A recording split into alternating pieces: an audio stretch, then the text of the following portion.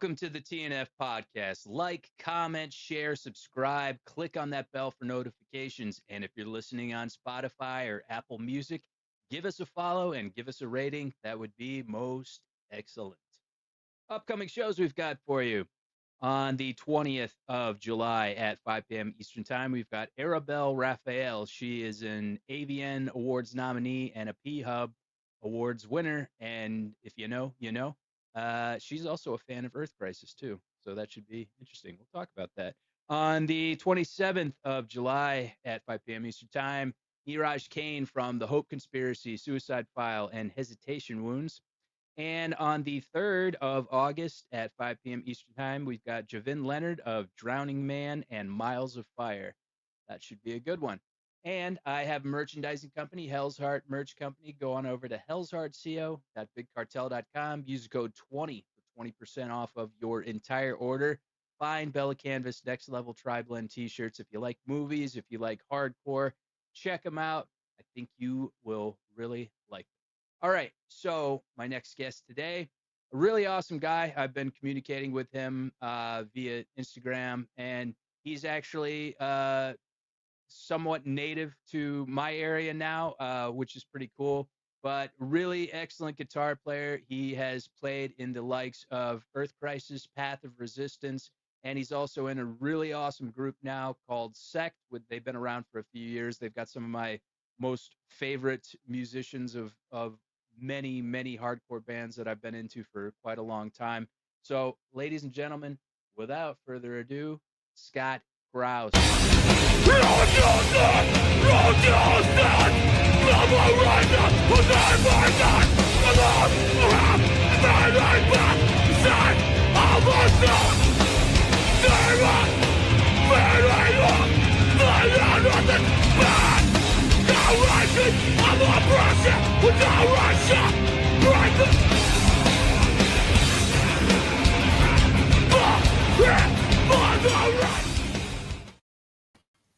Thanks so much for being here, Scott.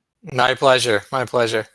I was rocking out to that. That's one of my favorite Earth Crisis jams. Oh, cool. That was a great show. That was one for the books for sure. That Hellfest, or not that Hellfest. This is hardcore. Yeah. Was that in 2017? Yeah, 2017. Yep. I was supposed to be there, and I got a hernia, and I had to sell my tickets. You got old man disease, is what you got, dude. It was rough. Yeah, and that was I never said that I would travel for a band to like see a reunion show, but Buried Alive had just reunited, and I never got a chance to see him back in the day, and I was so bummed out. And I mean, it would have killed me had I not got it removed. I guess I could have probably done something, but not removed, but fixed. Fixed. It was like my guts were hanging out and everything. But I'm gonna knock on wood that doesn't happen to me. Yeah. That would not be good. What's going on with you today, man? Not much. Just busy day. Like I think we were talking a little bit before the show, and SECT has some shows coming up, so we've been practicing for that. So, but other than that, just day-to-day life, Yeah. Just living the dream. Living the dream. Absolutely. So my first question that I typically ask to people is, what was growing up for you like in your household? What did you have playing in your household? Was your family into music? And, did you have family members that played music? Did you play in a high school band? And then what was your first non-metal and non-hardcore concert? And then from there, how did that seg into you getting into hardcore and punk? All right. So, well, my mom was 16 when my mom was 16 when she had me. So I grew up in a household of like a teenager and somebody that was listening to current music. So at the time, my mom was very into music, and she liked like Foreigner and Styx and stuff like that, like Jay Giles band and all these things. So yeah, we listened to music a lot, and she was always getting like she got all these albums, like these Foreigner and all these albums, like classic albums right when they came out. So yeah, we listened to a lot of that like stuff growing up. Just my mom was was first starting to recognize and understand music, she was probably 19. So, she's still young and she's still very into music. Um, she had told me that when I was still in, she was still pregnant with me, she had went and seen Led Zeppelin. So, yeah, music was big for sure. But as far as musicians, nobody was a musician, but they were all extremely supportive of it. Like, I expressed interest when I was about like 8, I think, that I wanted to play guitar. And they got me a guitar, they got me lessons. Like, everybody was really, really supportive in my family of it. So I was lucky in that regard. Yeah. Um, What, I was thinking, first non-hardcore concert is hard because my first live music experience was a hardcore show. I was 12, I think, and I had friends that I ended up going on to be in bands with later. They had a band, and I just thought that was like the coolest thing, that they were going to play like a live show, and so I went with them to their show.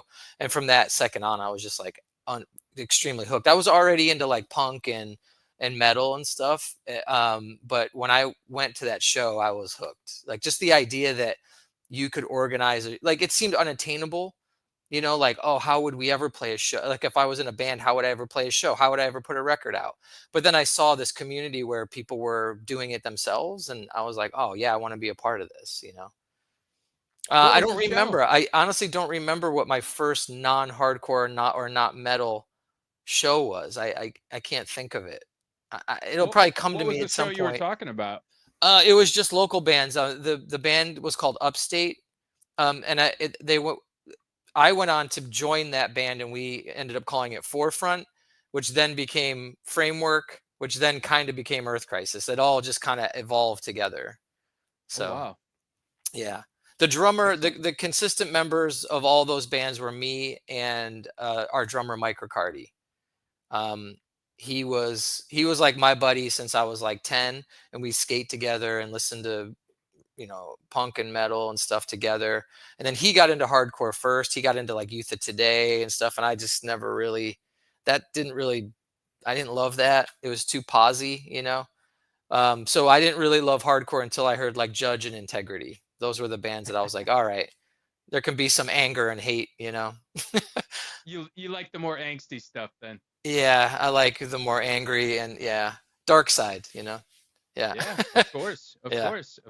Um, uh, with your lifestyle, veganism and straight edge, how did you come to find that? Was that prior to Earth Crisis, or was that kind of as you were, moving into? You had mentioned the bands Upstate and Forefront. That kind of was like the proto band to Earth Crisis.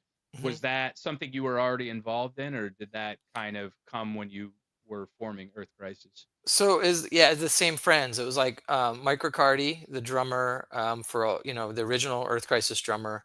Um, he was probably the biggest influence. He started getting in it. Like, he and I loved Dead Kennedys and Exploited, and but like also Slayer, and so we kind of gelled there. But then he kind of took a left turn and got into this more like positive, youth crew hardcore stuff, which at the time I didn't love. I've grown to appreciate it over time, but at the time I didn't love it, just because, coming from like Slayer and Exploited, that just didn't speak to me. I was just an angry kid, more of an angry kid.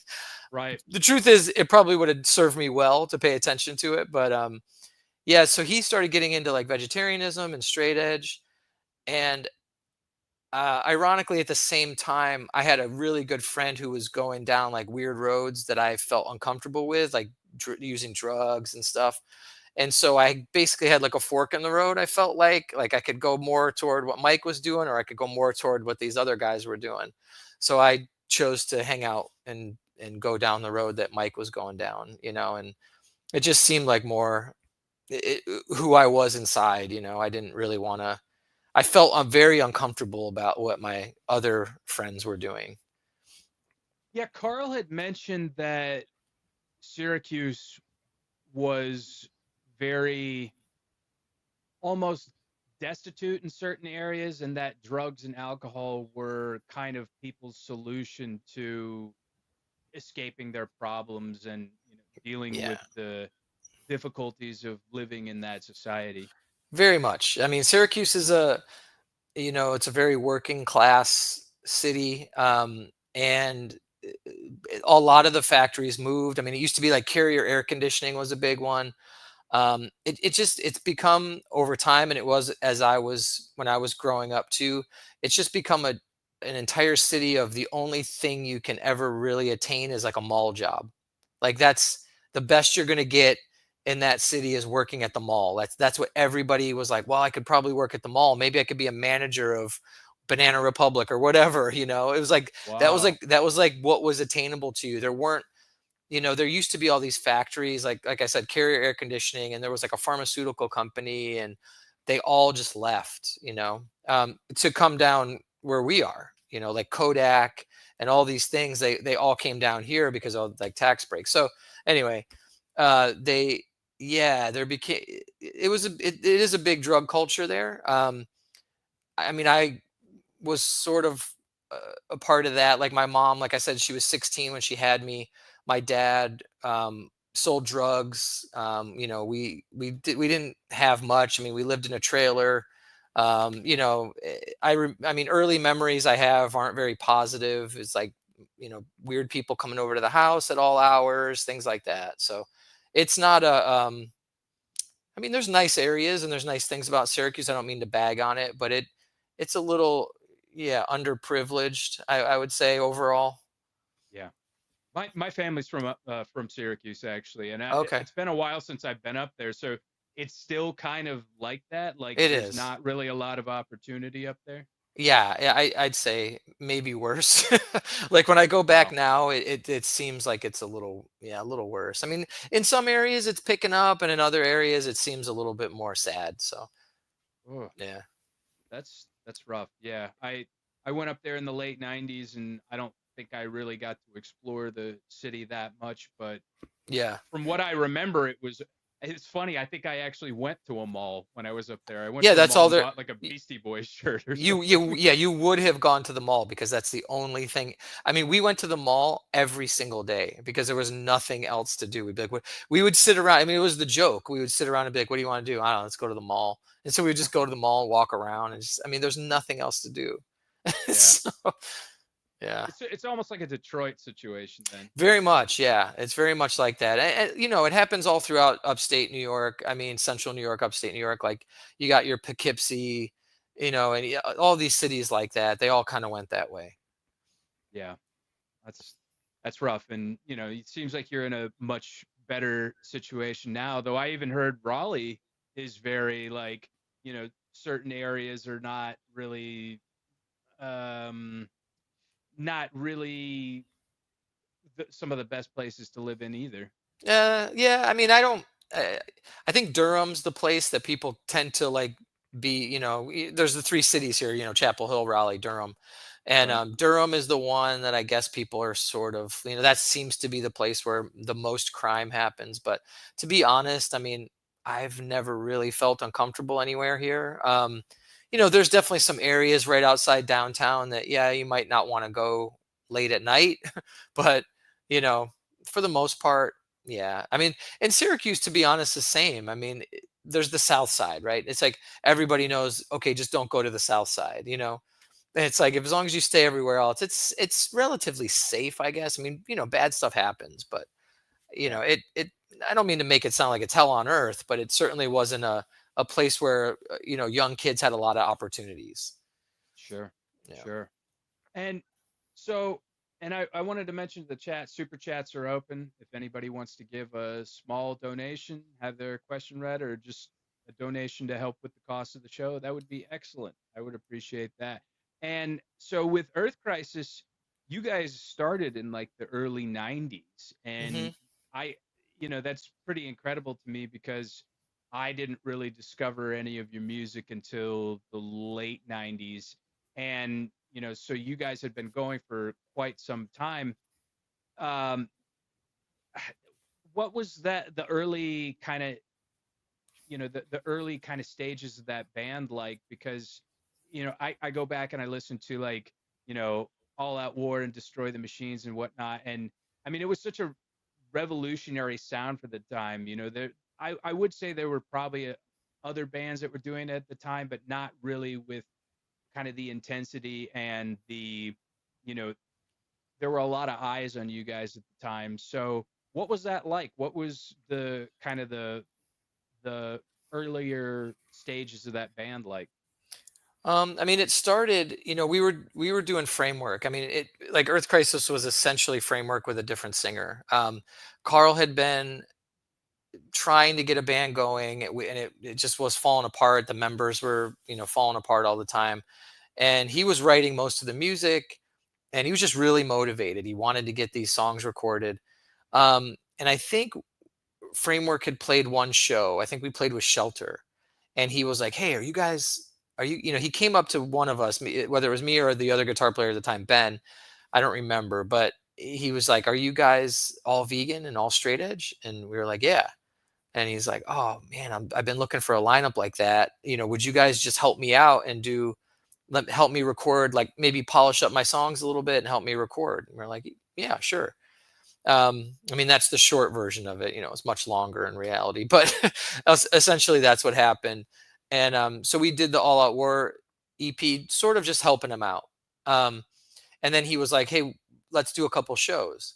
So, like at the time, Syracuse was just like a super fun, small, close knit community.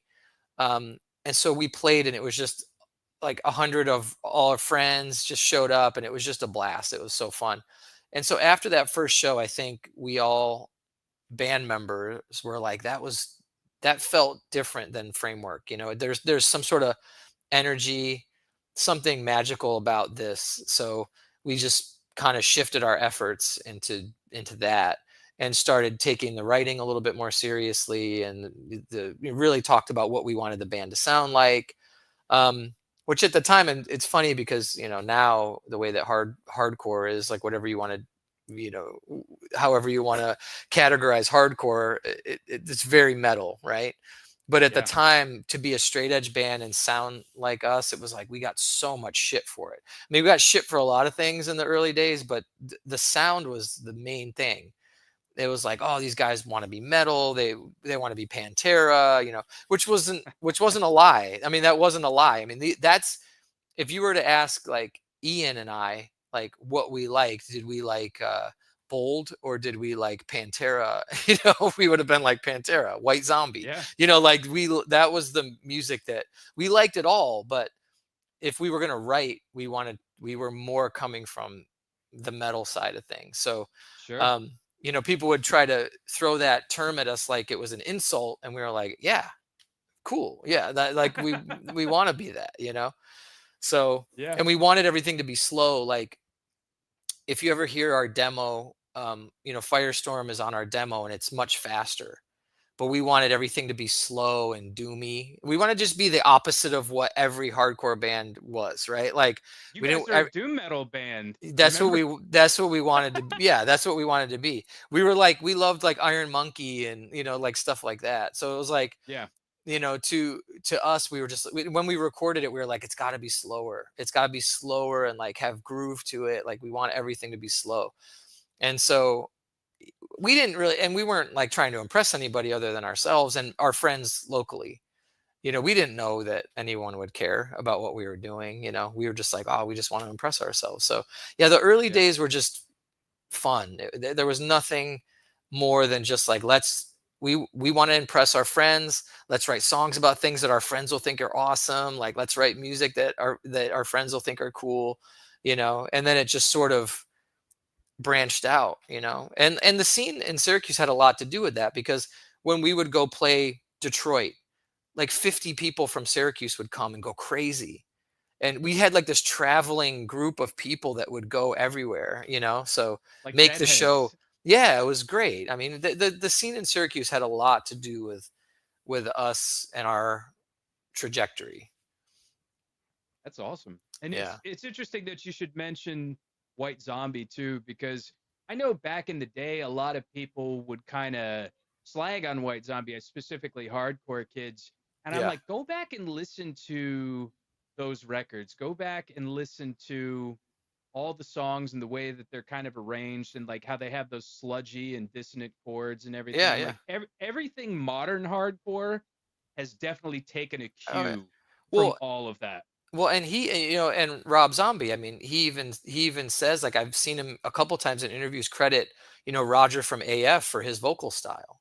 So it's Really? like, yeah. So it's like, these guys, like, and it's like so many of these bands like Prong and White Zombie. I mean, these guys like were like sound engineers at CBGBs during hardcore shows, and Yep. all that stuff. So these guys, there's hardcore, infused in a lot of what they're doing for sure. So Sure. Sure. Yeah. If you go back and listen to even their older stuff, like they've got stuff that came out before Astro Creep, and I'm trying to remember the name of the first album, the first like major label release. It's oh, it escaping was, me right now. yeah, yeah. I know. The one with Black Sunshine and Yeah, I yeah, can't remember either, but yeah, I know what yeah. you mean. Yeah. But you go back and listen to some of their older stuff, and it's almost got kind of a punk vibe to it too. No, very much. Yeah.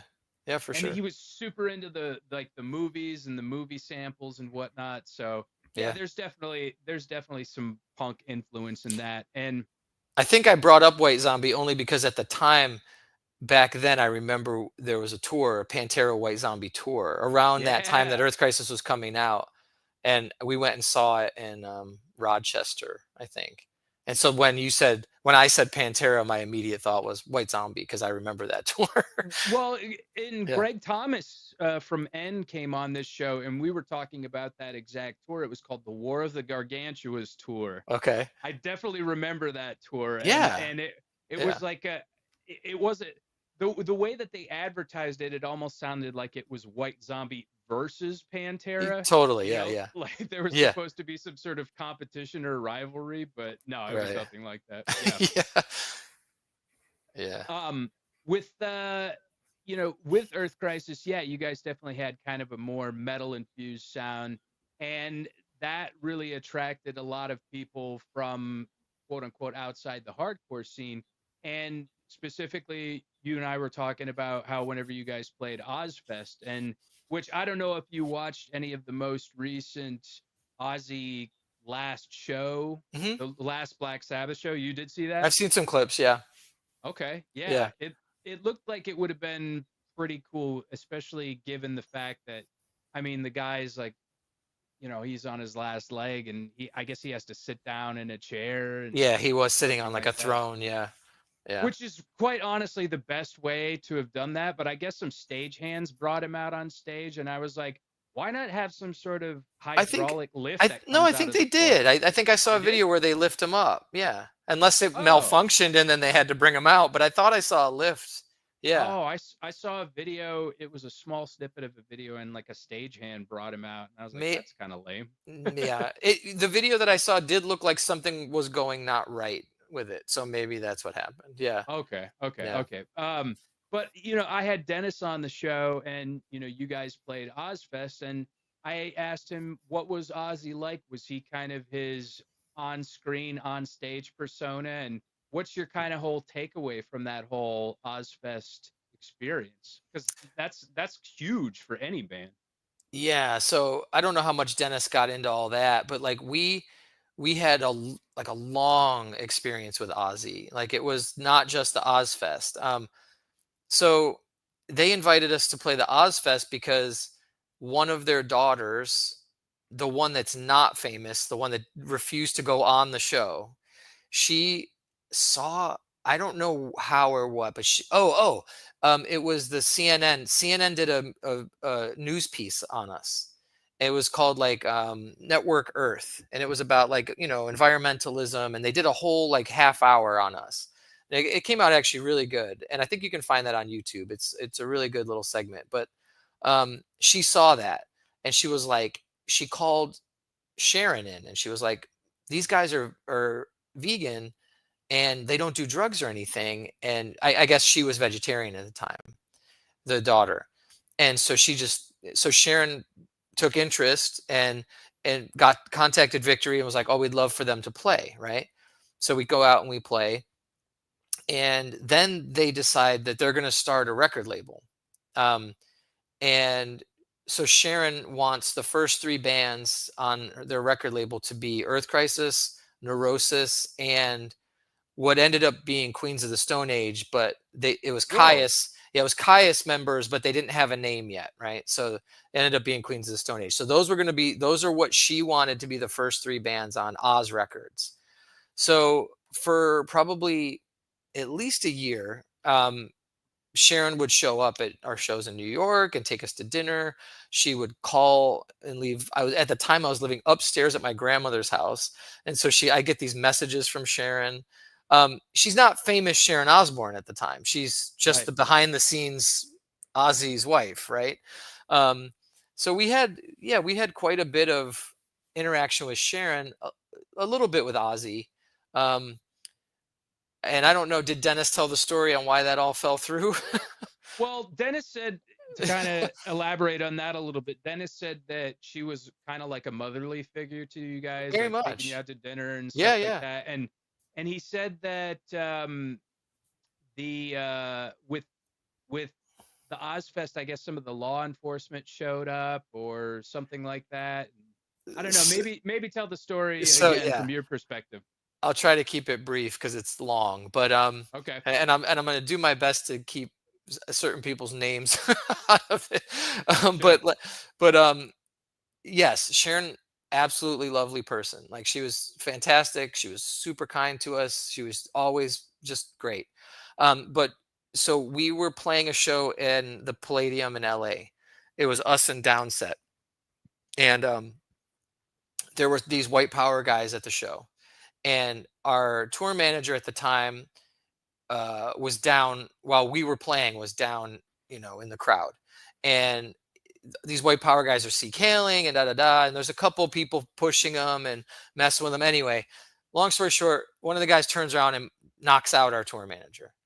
So we're meeting Ozzy. Like we finished playing, we're taking pictures with Ozzy. He's talking to us about his label. He says he wants us to come to his house and make us pasta. I mean, it's like this whole thing. It's like this family thing. It's very cool. And we go. Our tour manager comes up. He's got a bloody lip, and he's like, "Yeah, this white power guys just beat us up." Now, I'll keep everyone's name out of it, but a bunch of people that became in popular bands from Orange County were at the show as well, straight edge guys. And they got a whole crew of people. And they're like, "Hey, we'll wait out front with you guys for these dudes to come out." So we're waiting out front. Somebody points out the guys that did it. Absolute chaos breaks loose. Like people just smashing them, chase them to their car, smash their car.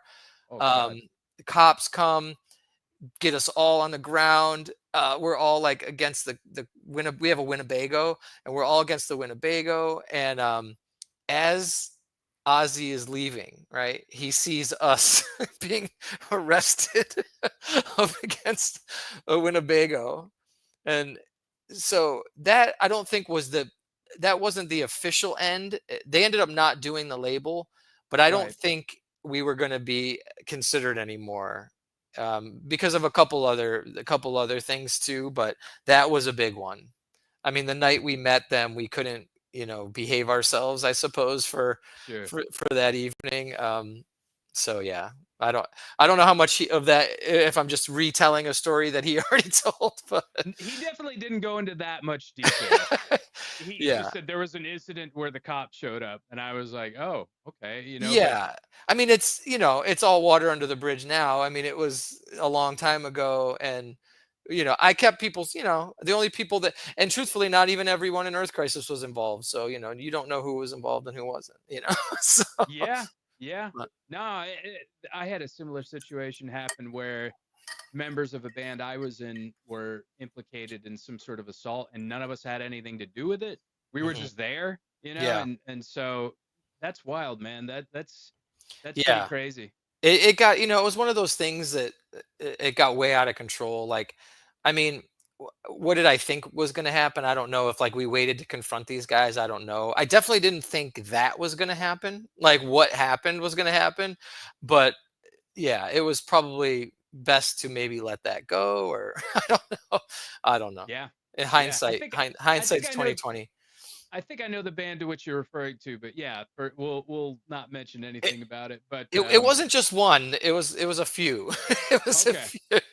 okay, Yeah. all right, yeah, And wow, I think that's they what. have told I think they have told this story before, so that's all fair game too. But I'll keep their names out. I'll keep their names out of it. Sure, Yeah. sure, yeah. And I mean, you guys were enjoying some pretty mainstream success, and I was going back and listening to a few nights ago actually Breed the Killers, and like that was picked up by Roadrunner, and like you had mentioned that Neurosis and Caius Queens of the Stone Age were going to be on that label, which that would have been a hell of a label. Truthfully, I would have loved to have kind of see where they went with that, because I mean you guys were all awesome bands, and then you did the Roadrunner thing, and then Roadrunner was doing Vision of Disorder, Madball, Biohazard, all of Hmm. them, Yep. and then I, I stand by what I say. Like when you guys did Slither, I liked it upon its initial release. I know there's all these revisionist historians that are going out there and saying, "Oh no, I always liked that album. I thought Yeah. that album was incredible since day one," because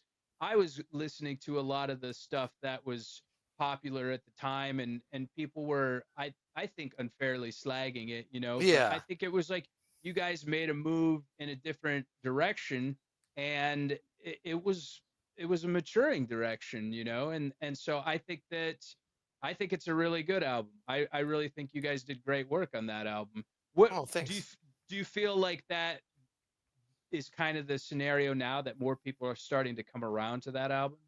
Uh, I mean, I think if you yeah, the popular opinion, I don't think in reality, no, because I mean, we'll play those songs sometimes just because we want to. We'll play them Mhm. live, and they don't get much reaction, which is fine. There's always got to be a couple in the set that don't, and that's okay. Sometimes we just throw it in there just to be like, hey, we're not ashamed of this.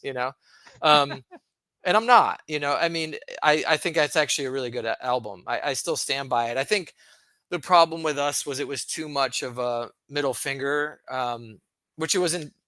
Okay, I'm speaking for myself. I'm not speaking for the rest of the band. I think we all have different ideas on why we did that record, and why it went that direction.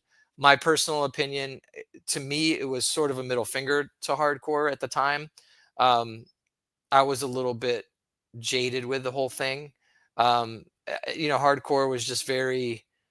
I just felt like, looking back, I don't feel like my opinion was correct, at the time, but I was just a bit jaded. Like, you know, it just was very trendy, and it's like I felt like we were that trend for a period of time, and then it just, there's not. It's rare. I think it's more these days, more so, but it's rare at the time that we were coming up that you would get, like lifelong fans. You would be a band of the moment in hardcore. And I think now it's different, it's sort of evolved, but it was very like every 6 months there was the new cool hardcore band. Right. And we just got so much shit like over the years for stupid stuff. I mean, if it wasn't the door price of our show, it was, lyrical content. If it wasn't lyrical content, it was the venue that we played. If it wasn't the venue that we played, it was, it just was a fucking laundry list of bullshit that people were like constantly griping about. And I Right. just was so fucking tired of like the hardcore bullshit, like complaining. It's just so much fucking complaining at that era. It's just everybody had to have. It was like almost like that's what it meant to be into hardcore. It was like you had to complain about fucking everything.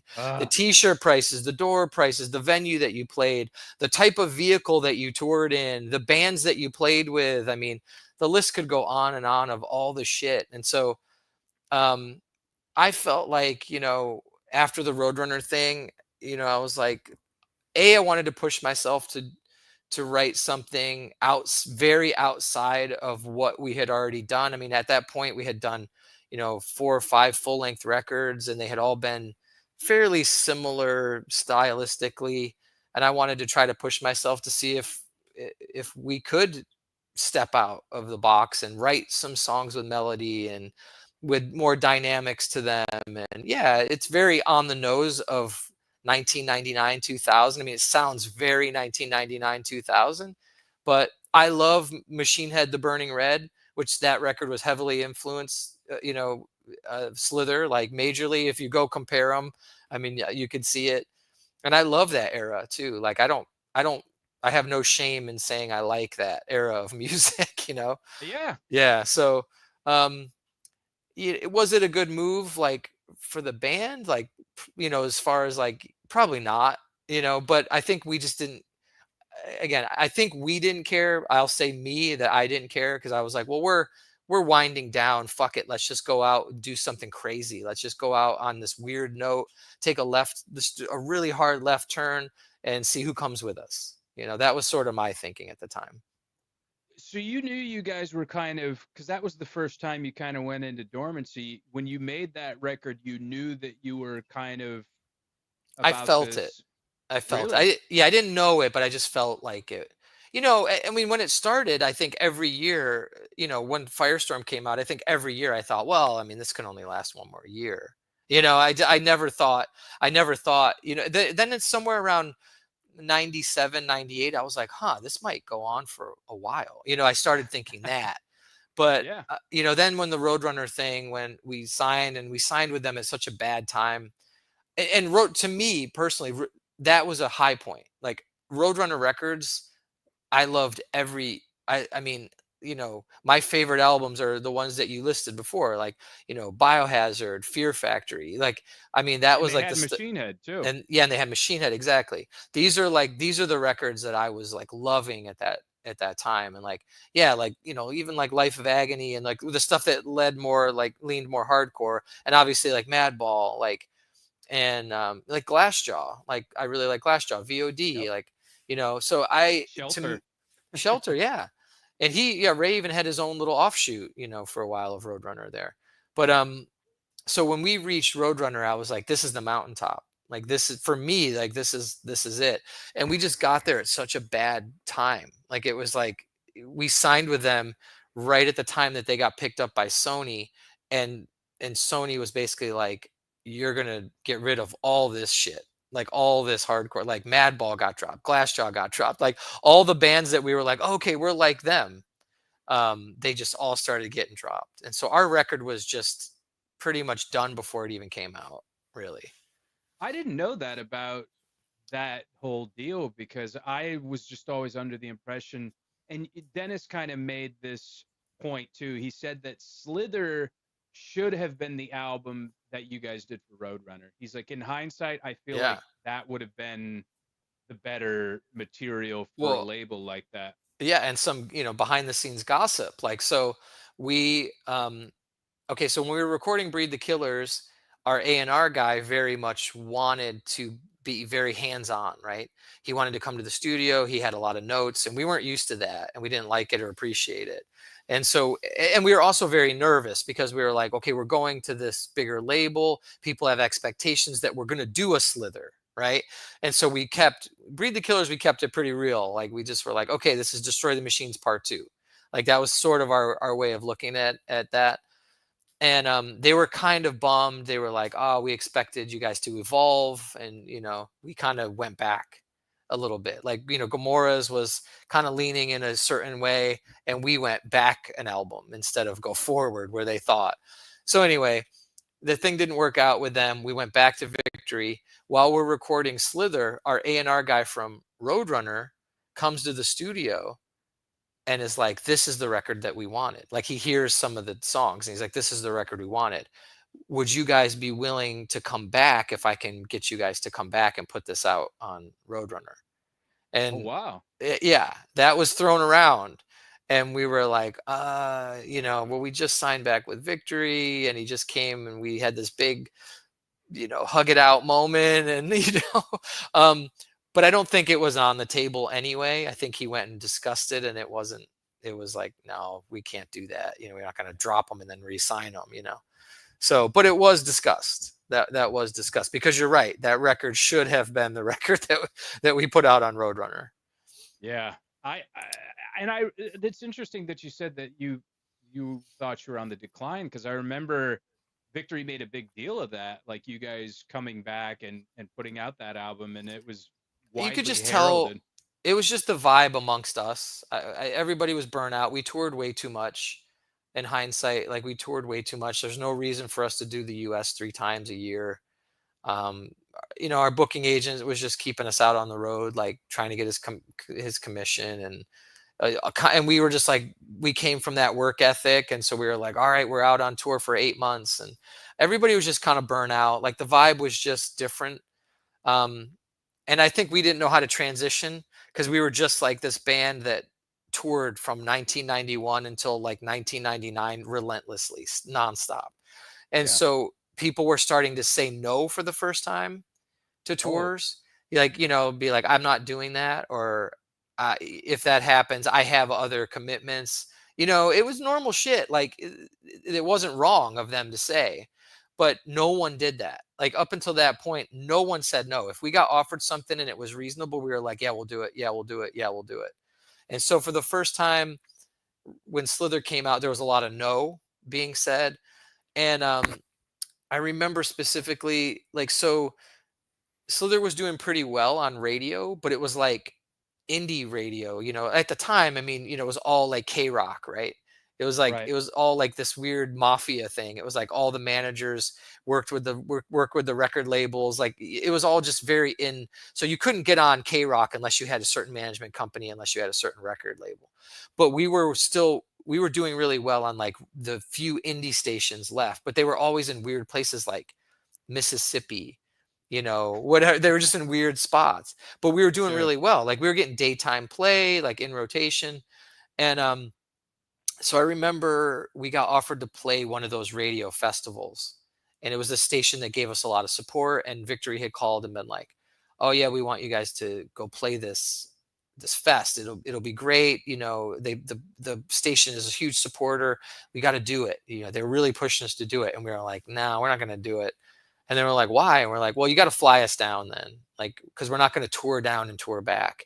And like Right. again, that was unheard of. Now, totally normal thing to do, but at the time, it was like unheard of for us to say you have to fly. You toured down and you toured back. That was how you did it, and we just Right. didn't want to do it. And so they were like, I mean, Victory was like calling every day, "You have to do this. You can't say no to this. You can't say no." And we were like, "No, no, no," just like sticking to our guns. And like, there was a lot of that. So long story short, that's why I started being like, okay, I can see us losing some of this fight that we have, like we're starting to get burnt out Yeah. essentially. So, Yeah. you know, Well, and you guys seem to have a really just kind of laid back approach to it now, like to where you'll do a handful of dates per year and then just kind of go back and do whatever it is that you're doing, day jobs or whatever. And it would seem to be a lot less stressful versus having to do the rigorous touring yeah. throughout the year. Yeah, exactly. And having to pay the bills from it, and it's unpredictable, and all that stuff. And yeah, I mean, and it's stupid now. Like I look back on it, I'm like, well, why didn't we could have done that? And people in the band were saying that. People were like, well, why don't we don't have to go full time? Like we can just do this part time. But like a couple of us were like, I don't understand how that works. Like, how do you do it part time? Right. And I just couldn't I was one of them. I could not understand how we could do it part time. And now I'm like, how could I not understand that? Like it was easy, and it would have been so easy to do. But I think there were so many factors. It wasn't just the touring. Like we were just, people wanted to get married, people wanted to have families, and like you can't do that when you're touring 8 months out of the year. So Right. it was I, just there was a lot of things all happening at the same time. Yeah. I don't think Earth Crisis would have been the Earth Crisis we know had you guys not toured that long, though. Like Yeah. you guys were all over the place, and I think that has kind of helped to like solidify Yeah, your I think your name. Yeah, I think in hindsight, I mean, my opinion is we toured too much, but it was just for the longevity. Like, everything happens the way it's supposed to happen, right? So, I Sure. mean, it's hard to go back and say if we took one ingredient out, would things have still panned out how they did? But I think the third time that we played LA in 6 months, I think was unnecessary. Like I look back on it and I'm like, we didn't need to play because it would be like the first time would be sold out. The second time, still pretty good. Third time, 150 people. Of Yeah. course, because and so we were oversaturating ourselves, and it Overexposure. yeah, we were oversaturating markets. Like we were playing there way too much, and like people were just getting like, yeah, okay, we just saw you 3 months ago. Literally that Yeah. happened. I remember the third time that we played, it was with Glassjaw, and they said, oh, no, no, no, don't worry, the Glassjaw tour is going to be like these B markets. It's places that you haven't hit. Ended up being like Chicago, LA, like all the places that we hit. So Right. some B markets, but Sure. Let's see here. Well, we are looking. All right. Okay. So anybody who's listening, we are about to do some trivia here, uh-oh. and yeah, get get ready for that because I know Scott is a big fan of Star Wars, like myself. So we are going to do some Star Wars trivia. So may the Force be with us. Yeah, Here we go. okay, I'm nervous.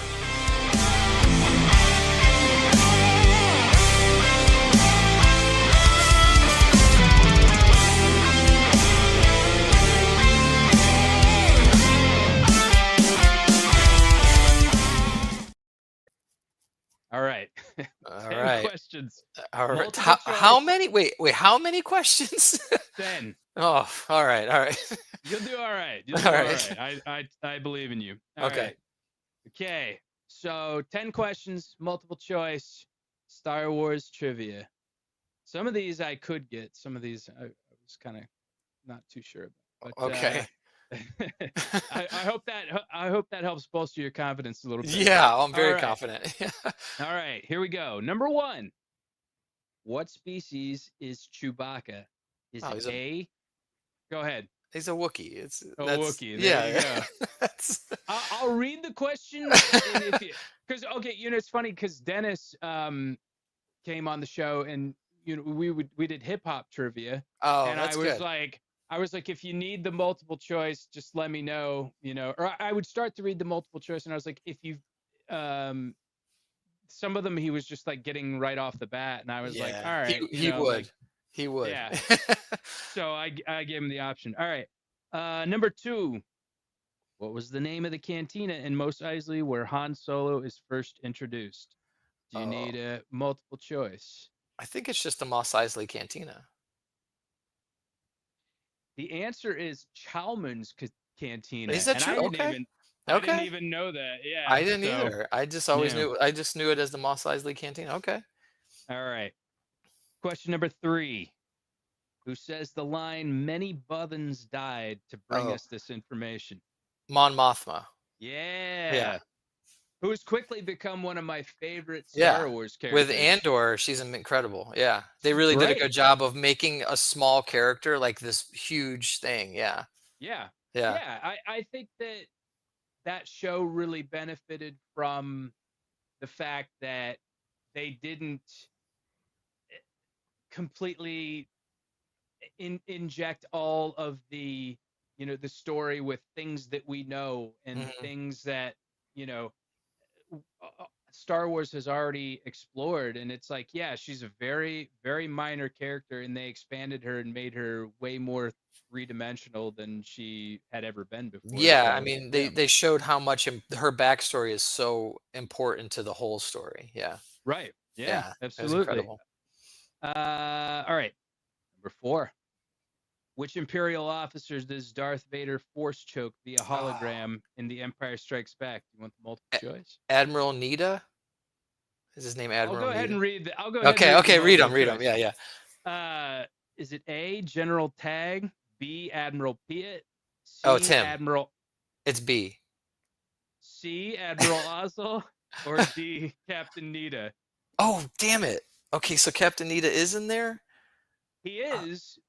But he's not. Well. All right. I'm gonna go with B. Okay. So it was C, Admiral Ozzel. Okay. Well, all right. You have failed me for the last time, Admiral Ozzel. Okay. Yeah. Okay. Who's Nida then? Who's Nida? Is he's maybe in he's the one that flies over to the ship. He's like, I'll apologize personally to Yeah, Lord yeah, yeah. Vader, and then he chokes him out. He's like, apology accepted, Yeah, or yeah, some yeah, shit. right. Yeah, Yeah, yeah, yeah. okay. I remember. All right. Shit, I didn't know this one. Um, number Uh-oh. 5. Uh-oh. What is the name of the Imperial pro droid sent to Hoth? Oh Is it man. is it A, DRK-1, B, Viper, C, IG-88, or No. D, Arakid V-38? It's got to be A. It's B, Viper. I didn't know Viper? this one either. Yeah. Really? I've never heard Uh, that in my life. All right, all this is right. probably I this is trust probably you. this is probably expanded universe stuff. No, to be fair, I went into Chat GPT and I said, make me Star Wars questions of Okay. increasing difficulty. All So, right. I'm gonna look so that. maybe, I'm gonna look that up because I have never heard that before, Viper. yeah, But you know, yeah. maybe I believe All it. All right. right. This one should be good. Number 6. What is the name of the Ewok who first encounters Leia on Endor? Oh, Wicket. Yeah, Yeah. Wicket. Yeah. Yeah. All right. 7. This one. All right. Who provides the voice for Boba Fett in the original theatrical release of The Oh, Empire Strikes Back? Is it A, Jason Wingreen, B, Tamura Morrison, C, Jeremy Bulloch, or D, Anthony Daniels? I mean, I know who it's not. I'm gonna guess C. C was Jeremy Bulloch, was he was the body of Boba Fett, but A Okay. was Jason Wingreen. I don't Okay. blame you. That some of these are really hard. That's very hard. So Yeah, that's very yeah. hard. But I don't know if you've ever gone back and listened to the compare and contrast, because whenever they did the Empire Strikes Back uh, re-release or whatever, they took Jason Wingreen's voice out and they replaced it with Tamura Morrison, No, did which they? I which I think the original guy is better. Yeah. I know that canonically it doesn't work for him to be that guy anymore, but he just Right. had a way cooler, like gravelier voice that I thought kind of fit the character more, Yeah, I don't think I want to see those lines spoken in Tamora Morrison's voice. I mean, even though that's cool, I mean, I like Tamora Morrison, but yeah, I like the original. Well, it's like, Yeah. just because he is technically a clone, that doesn't mean he's gonna sound the same when he grows up, Right, right. like That's true because a lot of things determine your voice and your accent and all that. Yeah, it's true. right. I don't Yeah. sound like my dad, Right, right, right. That's true. um, let's see here. Okay, number 8. What color is the shoulder pauldron of the sand trooper who stops Luke and Obi-Wan and Mos Eisley? Is it A, orange, Yeah. B, black, C, white, or D, red? Fairly certain it's orange. It is orange. Yeah, Yeah. yeah. Let's see here. Apparently, uh, there's different like specifications for shoulder patches or whatever. Like, I I'm seen glad guys with nobody asked black me what it ones. means because if you asked what it means, I would never know what that is. I don't know what it is either. Yeah. So, let's see here.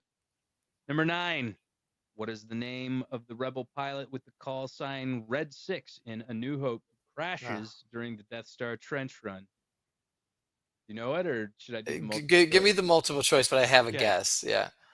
Is it A, Biggs Darklighter, B, Jack Porkins, C, Wedge Antilles, or D, Garvin Dryce? Oh, could be a couple of those. I mean, I want it to be Porkins because I love I love that character and his name. He crashes. He's not shot down. Okay. Oh, then it might be it's not Wedge Antilles, so it's Big No, Starklight. It's Big Starklighter. no, you were No. right with. Oh, I was right with Porkins. Okay, okay, okay. But I'll give it to you. I love that guy just because I think it's hilarious that they named him Porkins and he happens to be an overweight guy. Yeah, that's kind of George Lucas low key throwing some shade at that actor or For something. I sure. don't know. Yeah, I thought about that too. I was like, now how did this guy feel when he got his call sheet and he was like, "Oh, my name's Jed Porkins." Okay, cool. What the fuck, man? Yeah. Yeah, that's crazy. He's also Lieutenant Eckhart in Batman. Batman. Oh, is he really? Oh, that's cool. Yeah, Yeah. yeah. Old Jack. I love doing that impersonation, Jack Palance. It's like, "Get me, Lieutenant Excellent."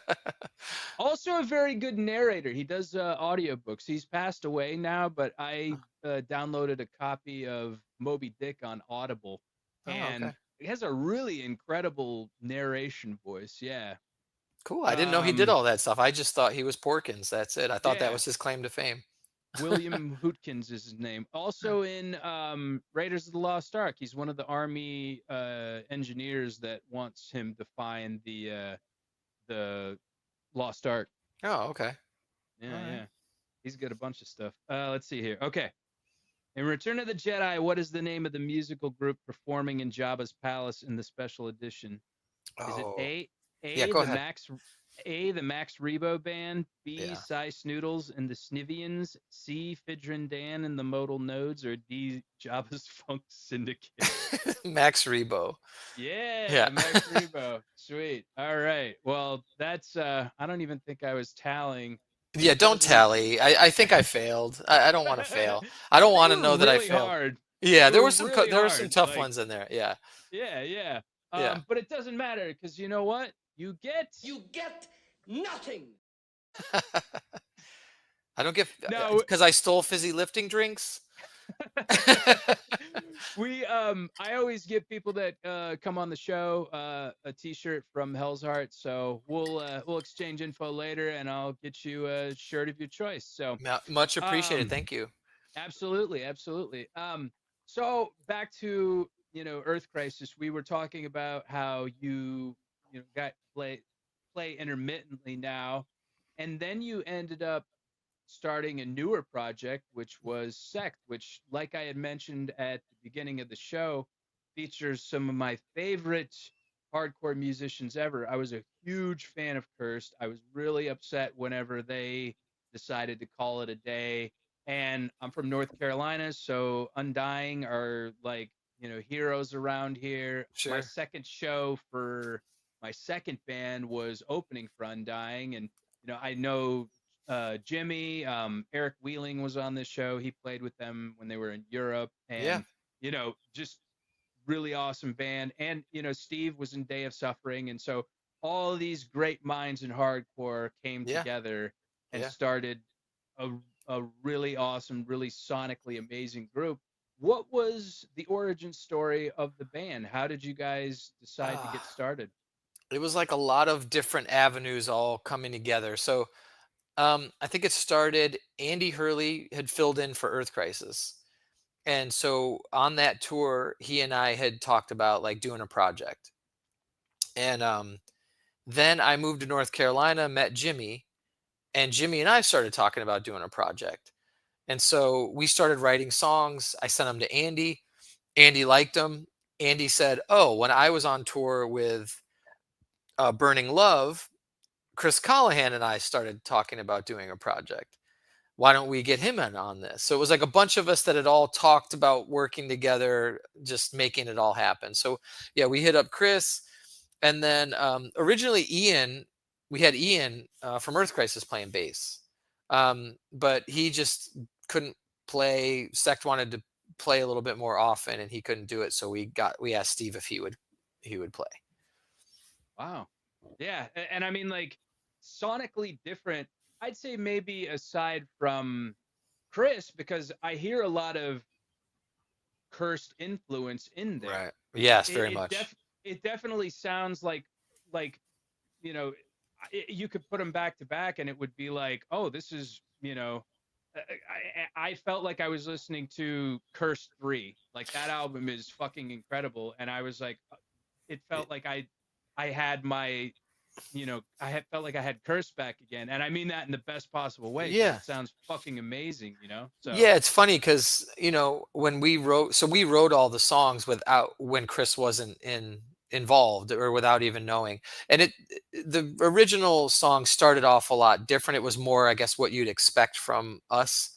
And then at some point, I think Jimmy, well, definitely Jimmy was the one that was like, I think we should do something like very different than that people like, don't expect from us. Like little grindy, like blast beats um, and so I think, yeah, Chris just brings that element to it and makes it sound like, Chris is very, I mean, his phrasing is fantastic. His lyrics are fantastic. But I think he's also what makes Cursed, right? So it's like, I think when he joined up with us, all of a sudden, yeah, that element really came together.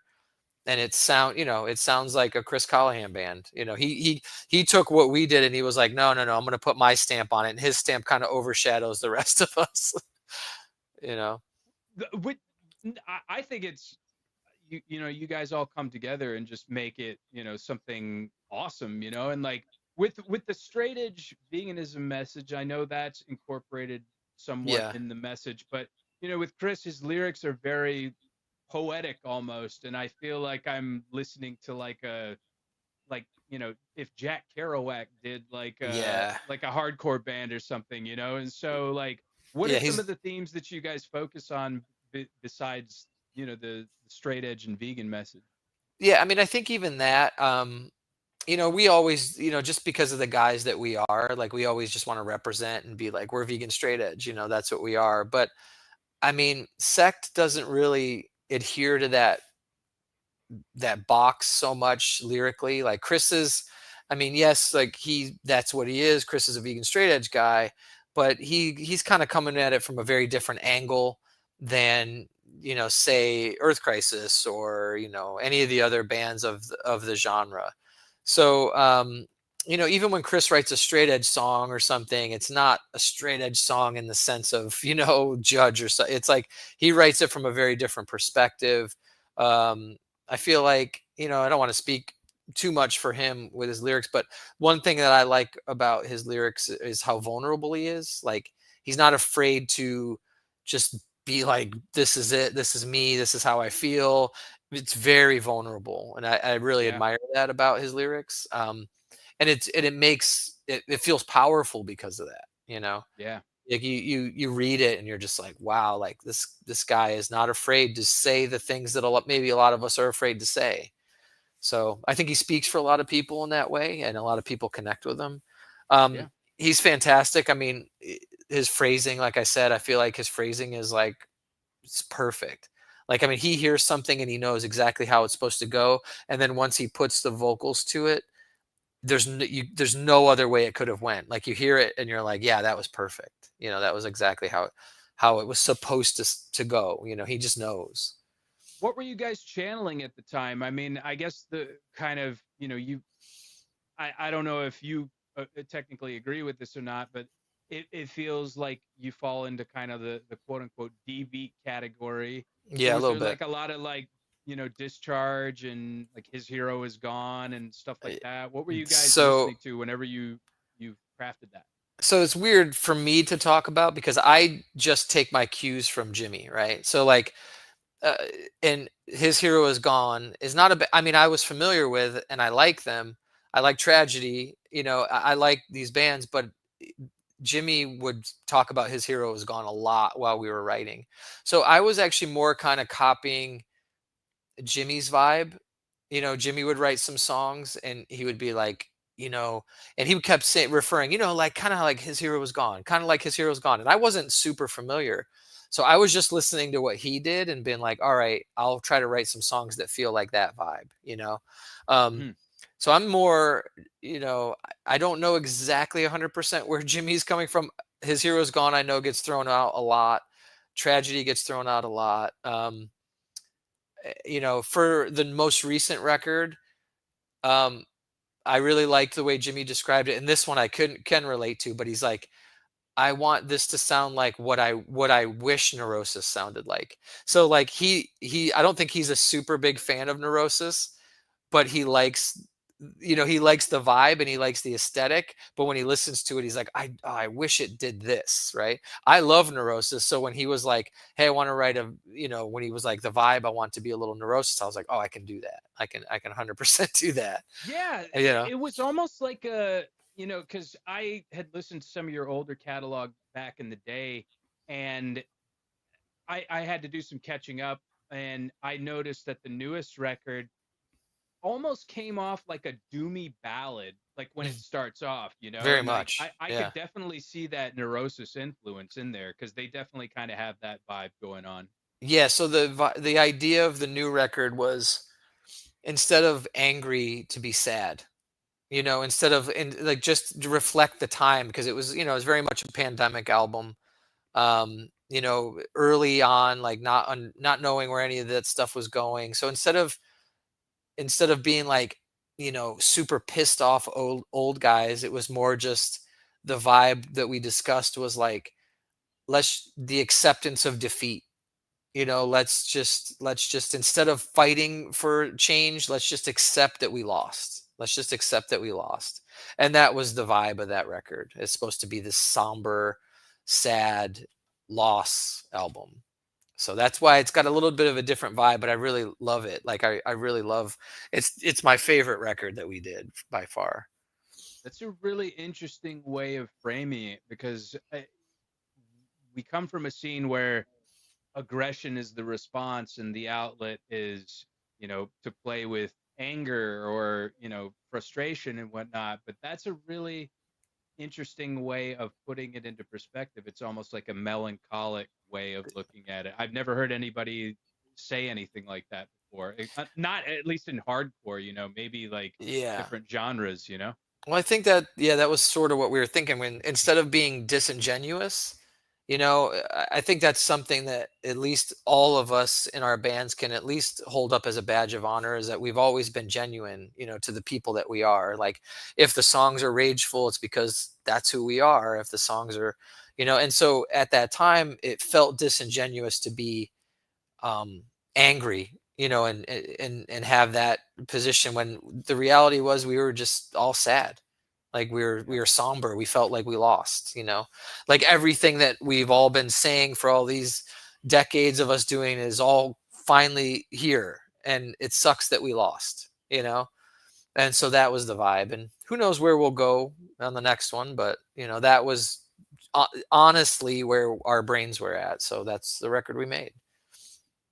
With Earth Crisis and also SECT, do you have albums that you are particularly, I don't know, I would say feel more personal to you, but ones that, you really are proud of and that you kind of are drawn more to?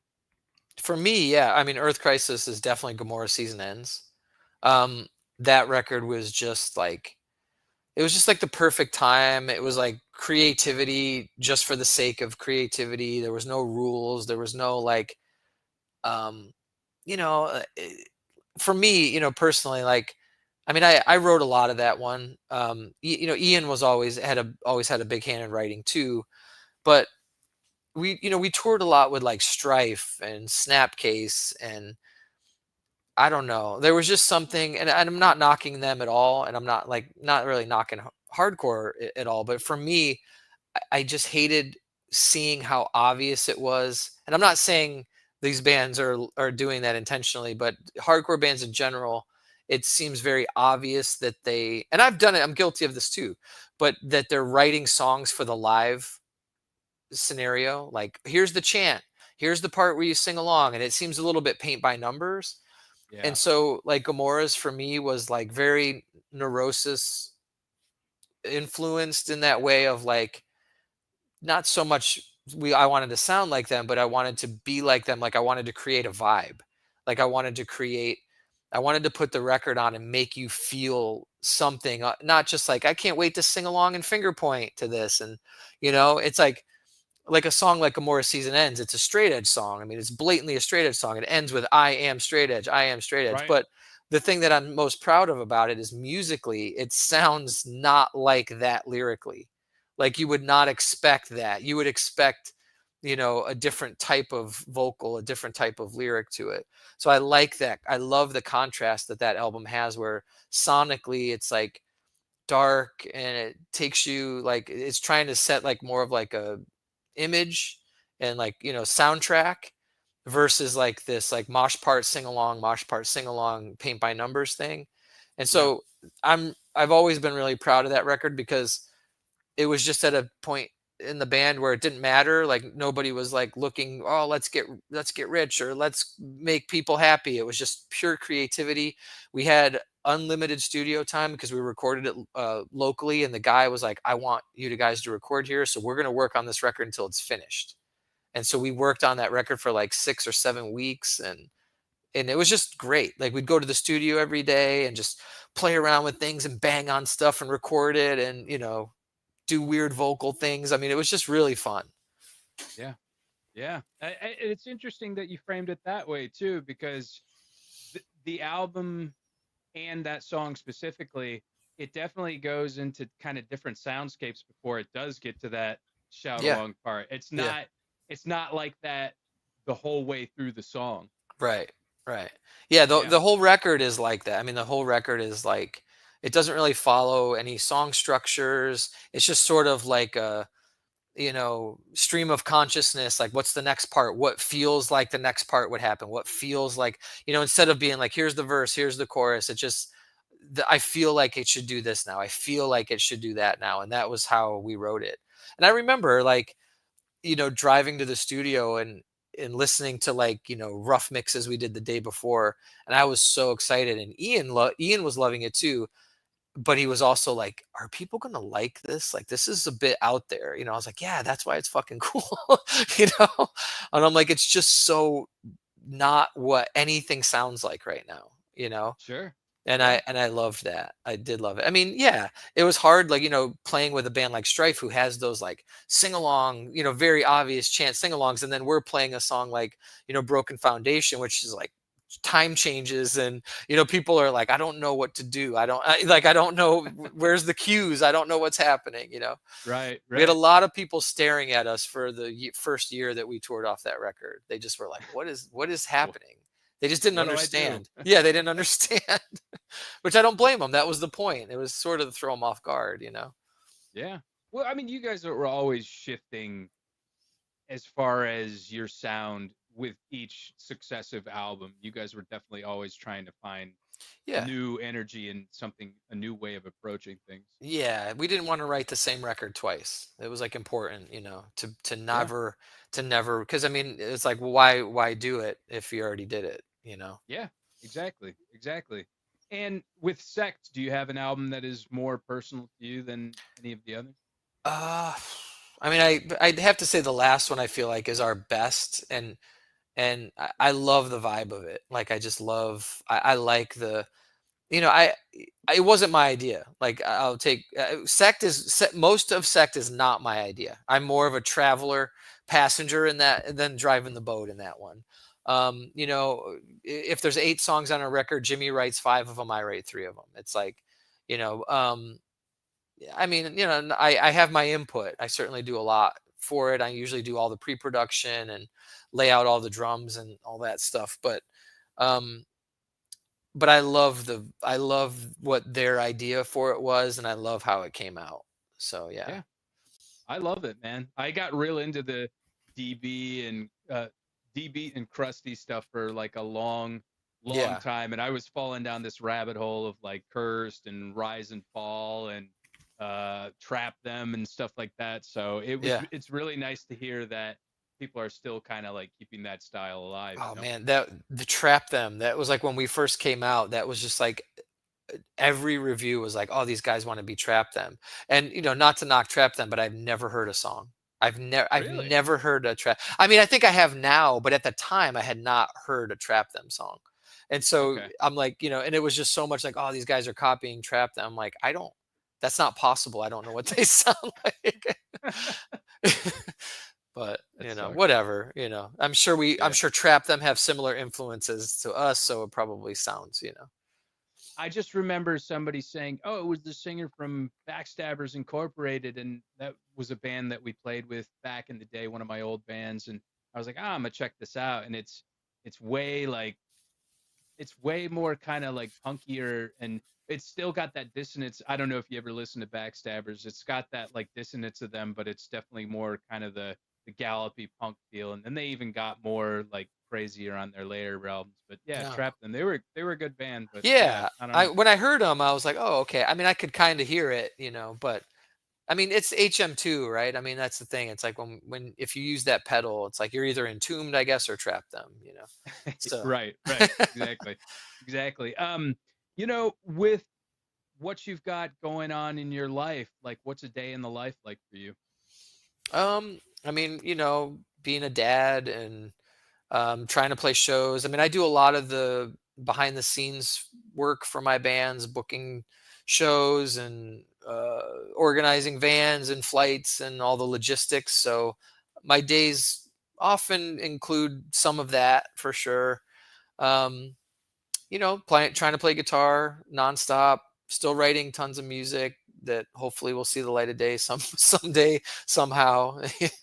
But yeah, just nothing's really changed. I mean, I'm pretty much been this. I mean, aside from having kids, my day, my goals and my drive has been the same since I was about 15. So I listened to Sarah Koretsky Rossington's podcast, The Hardcore Therapist, and you were on there, and yeah, she said that your kids are not really into hardcore. they're not. Yeah, no, How'd they you feel don't. about that? I, I was just talking to a friend about that the other day, and I mean, I did everything I could, I like even as much as like playing hardcore in the car, or just not even just hardcore, just like more metal, or like even like heavy rock, like Alice in Chains. I mean, I listen to Alice in Chains a lot, Sure. and but I leave instruments around too. Like I have, I got a bunch of guitars, so I'll find ones that I don't care about and I leave them around, and I get them a little drum set, and they fool them a little bit, but they haven't taken to them in the way that I would hope that they would have. Which is so odd too, because you guys have been in some of the most prolific hardcore bands, and then it's just like you would kind of want to carry on that legacy. That's What what I'm do they saying. listen to? That's What do what they listen to? I mean, the younger one, I have a 14-year-old and a 10-year-old. The 14-year-old's really into like hip hop stuff, which is cool. And he's starting to like make beats and do things like on his own in that regard. So like, I respect it, and I try to help him when I can. But the younger one, he's just into whatever's popular. He's just into right now. But I mean, it could change. I mean, Ian's kids are very into hardcore now. They got into it much later in life, like when they were late teenagers. So, Yeah. there's still hope. I would say I started getting into hardcore when I was about 14 or 15. So, yeah, Yeah. there's no telling, man. And I mean, Yeah. they've got so many resources and, somebody that would be able to give them such great tutelage in that field. It's So funny because like not intentionally, but we kind of kept those two worlds pretty separate, but not intentionally, never intentionally. But they didn't come to a lot of shows. They've seen SECT, but they have not seen Earth Crisis, actually. ever? Never. Yeah, they never have. Just because like when they were really young, we weren't really playing. That's And true. then most of the time we don't play anywhere around here. Like we'll play like New York City or Philly, or there's talk of the shows that we have coming up with the Judge Integrity Earth Crisis shows. There's talk that they'll come to Philly. So we'll see. Okay. Yeah, but Yeah, they have when is seen there gonna yeah, they have seen SECT a couple times. Okay. Yeah. When is there gonna be a North Carolina show, considering that 3/5 of you guys are down here? We gotta do one. I'm thinking hopefully next year. Like we gotta Okay. do one. Yeah. We usually do it when we're playing like a festival in Florida or something. We'll usually be like, all right, everybody meet in North Carolina. We'll play here and then go down. That's usually when we do it. And we haven't played a festival in Florida in a while. So that's why we haven't played Raleigh. But yeah, we got it. There's talk of us doing I don't know. There's been talk of us doing a couple fests and things, so we'll Okay. hopefully 2026 we'll probably get it done. All right. All right. And with playing shows, what are some of your favorite places to play in the world and venues? And then I asked Dennis this story, like what was the craziest thing you ever experienced on tour? Oh, His story was about a fight that you guys had in Belgium. yeah, So I don't yeah. know if you maybe have a different story. He said there was a bunch of stories, so maybe another one. They're all going to be about fights probably. And I don't want to tell fights. I mean, yeah, it's tough, right? Because I don't want to. I'll say this: the craziest thing that that ever happened on tour was the entire Earth Crisis Madball Scarhead tour. The entire tour. And I'm not going to get into any details at all, but that entire tour was everyday insanity. Every day. There is we could write an amazing book just on that tour. Every day action packed. Action packed. Favorite venues? Ugh. I mean, I hate most venues. Or places in the world to play. Well, I mean, Philly's always awesome. Like we play Philly, I feel like more than anywhere else. And since 1995 all the way to 2025, like Philly has consistently always been a good show for Earth Crisis. So I'd say that's one of my favorites for sure. What about internationally? I mean, oh, I cities that I love. I mean, I love Prague, and we always usually have good shows there. But I just love the city in and of itself. I just love being there. Mhm. Um, I mean, we just played Barcelona for the first time ever, like a month ago, and that was Oh, wow. incredible. Barcelona is a beautiful city, and that show was incredible too. So I'm so glad we finally got to play there. Next on my list where I'd love to play is Lisbon, Portugal. Like we've never Ah, been there, so I'd love to go. And there seems to be a lot of people asking, so hopefully we can get there sometime. yeah. That would Yeah, be incredible, man. Yeah, yeah, that was always on kind of my bucket list playing in a band is to play internationally in Europe, Japan, something like that. So I'm yeah. always curious as to what other countries and their culture is like when it comes to the hardcore scene. I'll say we've done, so many tours like of Europe and Japan. I mean, so many, and it never loses its, value to me. Like I always am like, I can't believe we're in this place and people know this band that we started in my parents' basement when I was 15 years old, you know? I mean, it really blows my mind. Like it really does. If I really stop and think about it, I'm like, this was just a bunch of kids like having a good time. And like I'm in Barcelona and hundreds of people show up and know the words to it just still makes me feel crazy. Like I'm like, how did this Yeah, happen? Like, how did this happen? very surreal. Yeah, It's very surreal. Yeah. yeah. And like that that to me seems like it would just be more gratifying than anything, even if your band had never you know went to the level that you wanted it to go to. Just the fact that like a handful, and in your case like a lot of people know about your band, like that's incredible, and like that they are really awesome scenes, and that they just never seem to lose that spirit. Like they're caught in a bubble from an era of the past in hardcore, but in the best possible way, and that they're so supportive and they're so Yeah. on fire and enthusiastic about bands, and they'll Yeah. show up and they'll always you know be incredible supporters of the genre. Yeah, it's amazing. I mean, it really is to just, yeah, to step back and pay attention every once in a while and reevaluate and be like, we played a show in Switzerland. It was like in the middle of nowhere and there's this beautiful lake and everybody went swimming during the day, and it was not the place that you would think any show would happen. It was just like in the middle of nowhere. But then, like 300 people show up and it's a great time. And that night I was just out and like really weird things. Like there was a guy at that show who was from Bogota, Colombia, who was there when we played in Bogota back in 1998 or 99. It's just like these weird things happen like that. You're in the middle of nowhere, Switzerland, and some guy shows up from Bogota, Colombia that saw you in Bogota in 1998. And he wants you to send a message to his friend who doesn't feel good or whatever. It's like, what? It's just such a weird world, like, what are you Yeah, doing here in the middle of a field in Switzerland? And I met you before in Bogota. I mean, it's all very strange and surreal. Yeah, surreal's the word. yeah, that is wild. That is Yeah. wild. With myself, I'm an arts and media guy, and obviously we were both fans of Star Wars. And I always have to ask everybody, what are some arts, literature, film that has influenced you in the past, and what are you watching, listening to, reading at present? I mean, not reading or watching anything that's like it's all just silly stuff. Like I'm watching What We Do in the Shadows right now, and I love it. I love it. My dad loves that show. I I've love still it. never Yeah. seen it. Oh, it's so funny. I love it. Yeah.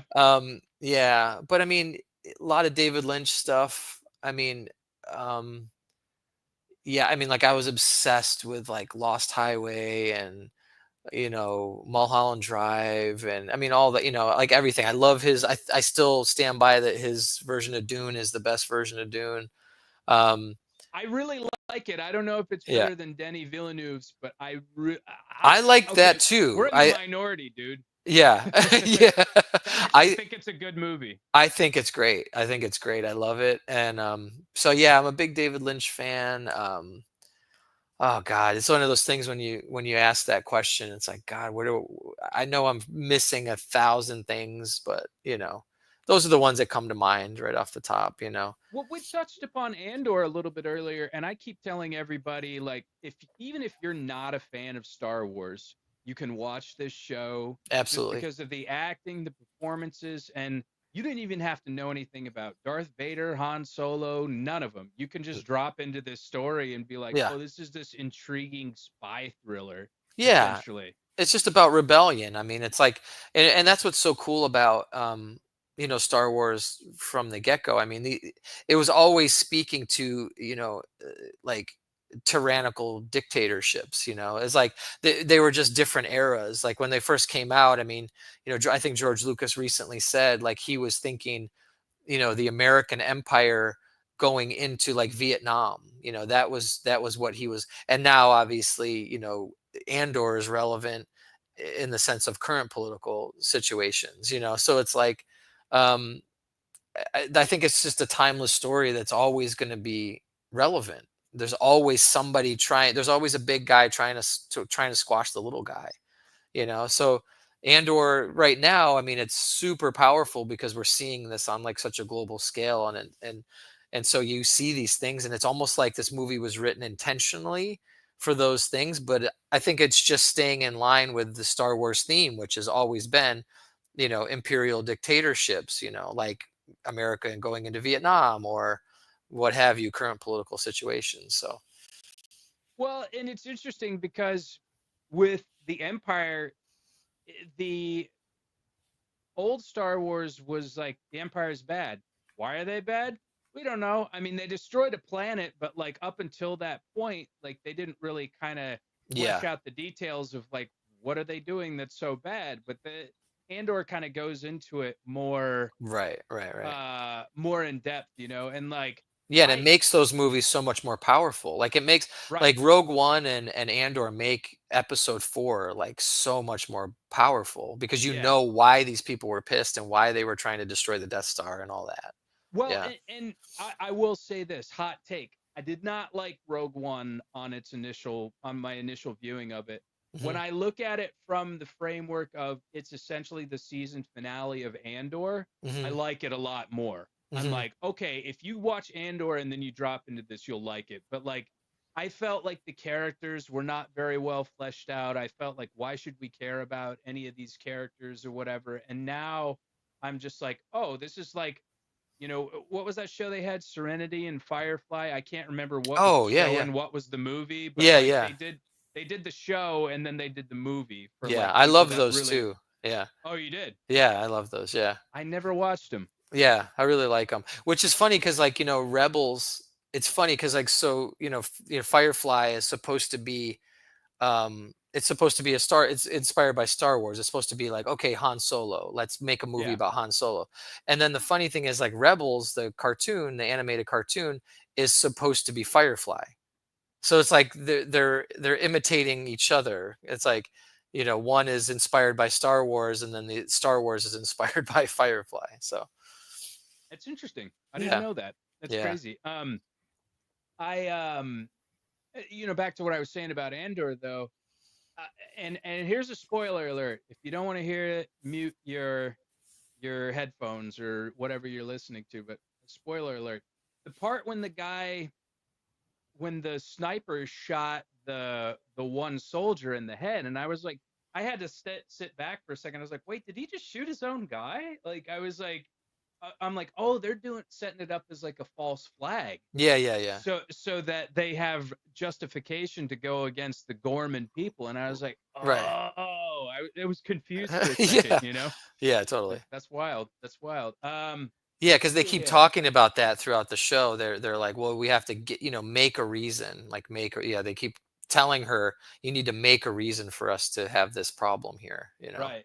And Yeah. I love her, that Denise Gow, like Deidre or whatever, however you Yeah. pronounce her name. She was I mean, Uh, I don't want to say she stole the show because I think all the performances were yeah, I awesome, think but she was everybody's like the highlight. fantastic, and some of the best, some of the best dialogue. Like, I mean, some of the speeches that they give are just like, oh my god, like so powerful. But yeah, you don't have to know anything about Star Wars, I think, to watch Andor and like it.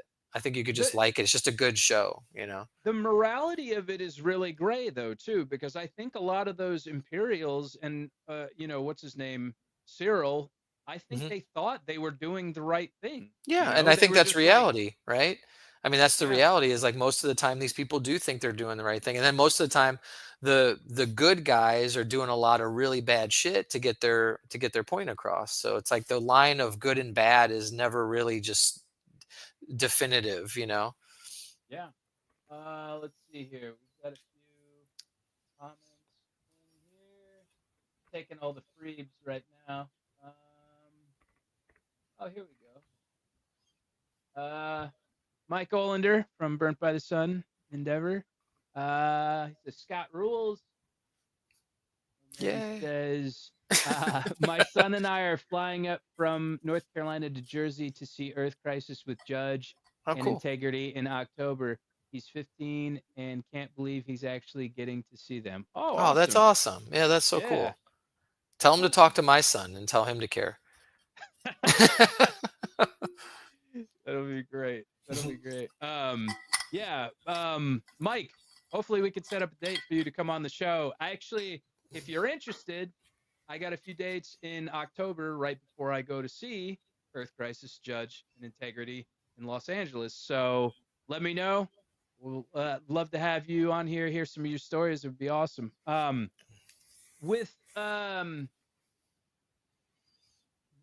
also like modern media, like what are you into? Anything aside from Star Wars and I mean, I just like everything I say is everything that everybody says. I like pretty much just all the shows that everybody likes, and only because, and I don't typically want to watch them. Like I'm late to the game on all of these like popular shows, like Game of Thrones or like Breaking Bad. Like I watch them years after because I'm so turned off typically by the hyped thing that I'm like, I'm yeah, not going to watch that. I don't want to watch. right. Everybody's talking about Game of Thrones. I don't want to fucking watch it. I felt the same way. Yeah.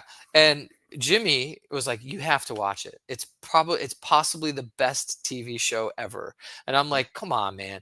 And so I watched episode 1 at least 3 times. I could not get past it. I would watch You're talking episode about 1 Breaking Bad or what? or Game of Thrones. Game of Yeah, Thrones. and Okay. I was like, I can't get past. I'm like, I don't care about this. I just don't care. And he made me promise. He's like, okay, just get to season episode 3. If you get to episode 3, then and you don't like it, but of course I was hooked at episode 3. I loved the show, and then Breaking Bad was one. I think Carl was the one telling me you got to watch Breaking Bad. So all right, fine. I watched it, loved it.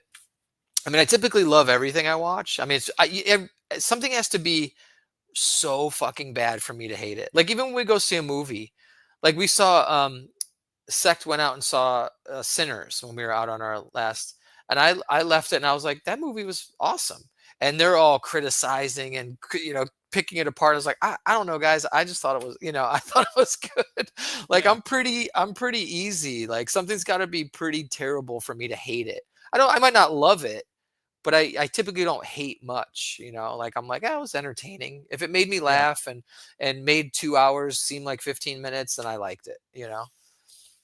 I didn't see it, but I heard some mixed reviews about it. I know some people really liked it. I know some Yeah, people people were had kind of big problems with a couple parts, and I was like, I don't know, I didn't care about that. Like, yeah. it didn't upset me that much.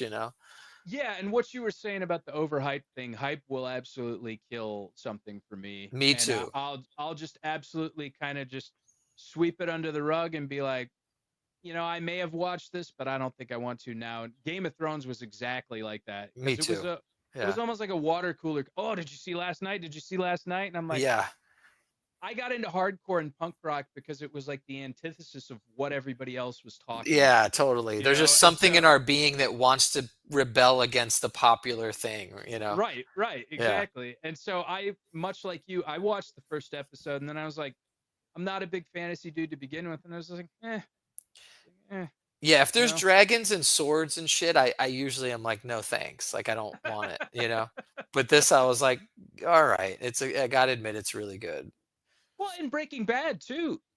Yeah. Not the first episode, but the first season, and then a few episodes into the second season, I haven't gotten any further. And Yeah. it's like I want to. It's just not like really captivating me right now. And I feel like if I want to get back into it, I got to go back and start over again Yeah, yeah. because it's been years It's a since I've big watched it. I'm commitment. like, geez. Well, another one that Jimmy got me into was Buffy the Vampire Slayer. And he's Oh, like, you really? gotta watch Buffy. And I was like, Buffy, isn't that like a teenage girl show? Like I don't And he's like, "No, no, you're gonna love it. You're gonna," and he's right. Like I watched it and I was like so into. I like was hooked. I ended up watching Angel. Like I loved it. Like I loved it. And I Really? mean, I tell everybody, I'm like, you got to watch Buffy. Yeah, because it's not, in my opinion, it's not at all what it looks like on the surface. I mean, they have weird episodes that are very like Twilight Zone ish, and yeah, it's a good show. I mean, I thought the same thing. I was like, "Oh, I mean, this is a show for like teenage girls. Like I don't want to watch this." But it's not. It's really Okay. good. Yeah. I But I so feel I got really into that. I mean, a lot of it is like that, like recommendations and stuff like. yeah. I feel obligated to watch it because my girlfriend Rose McGowan's in it. That was like my first celebrity crush right there. But Yeah, yeah, yeah. it's kind of like like you said, it almost feels like it would be like a young girl, like WB type I think it show, like, yeah, yeah, I thought that too, and I mean, it definitely has that. I mean, don't get me wrong, it's got that, but it's so much more than that. It goes okay, way deeper than that, yeah. I mean, the okay, first season is bad. Like, the first season it's embarrassingly bad. You have to get through, and this is exactly what Jimmy told me. He's like, "That you have to watch it, but it undeniably sucks, but you have to watch it." And it does suck. It's awful, like, the effects are bad, like, the vampires look stupid. It's bad, but yeah, I tend to like anything with vampires too. Like, I'm always, like, a sucker for vampire stuff. okay, Um, all right. yeah, Did but you ever watch True Blood? yeah, I did. I Okay, that one lost me at some point. I don't remember, season 3 maybe. I loved, like, season 1 and 2, and then at some point I was like, "I don't think I care about this anymore." I I I gave up on it. I worked with one of those actors, Stephen Moyer. I guess he's the main guy. I've never seen the show, but he Oh, was a okay. really, really awesome guy, and I guess he's in some show now. Nosferatu. What did you Oh, think okay. about that?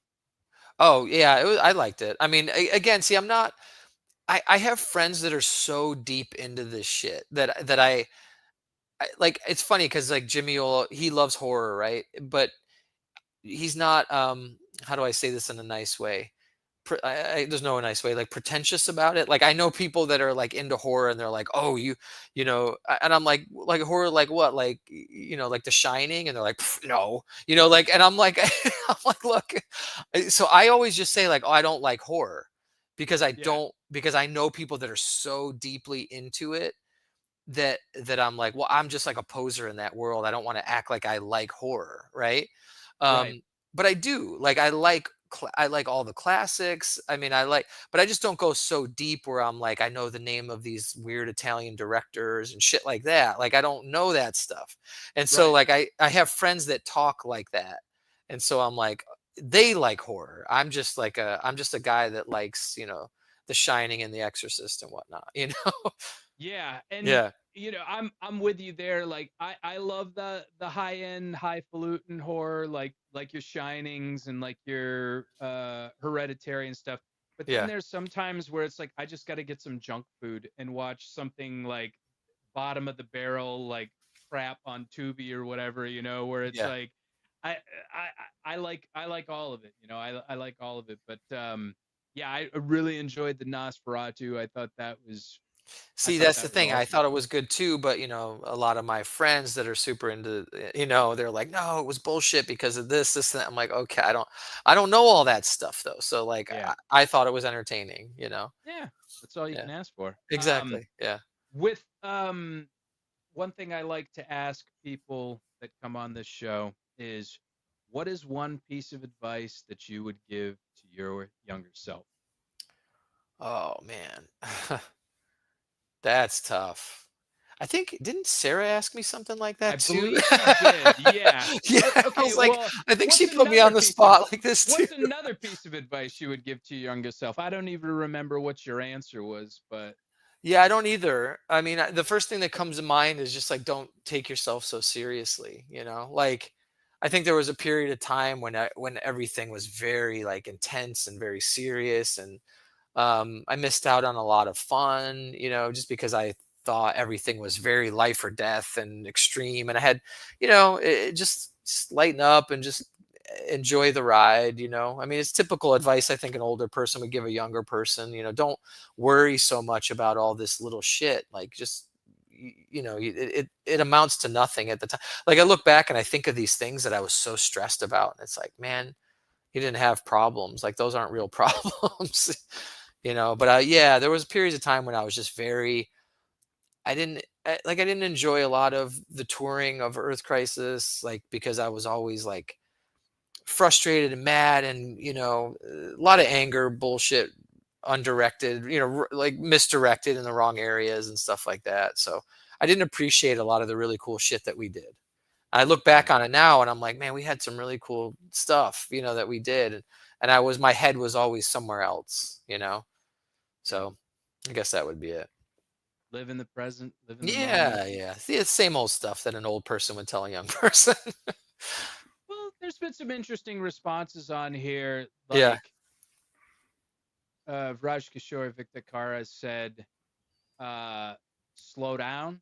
yeah, Maybe think about your decisions rather than just doing them, you know, gung ho and without any sort of fear of consequence. Maybe kind of reflect upon yeah. what you could do, be more strategic about your decisions, so to speak. So Yeah, I mean, everybody's I got guess. something different. Yeah, I guess. And it's like, yeah, if I thought, now that you mentioned that, it's like, yeah, thinking about it, it's like you're not, you know, uh, life's not only happening to you. It's happening to everybody around you too. Like, I just felt like, kids call it now like main character syndrome or whatever. It's like you just feel like it was all like I was the main character and everybody else was just players in my movie.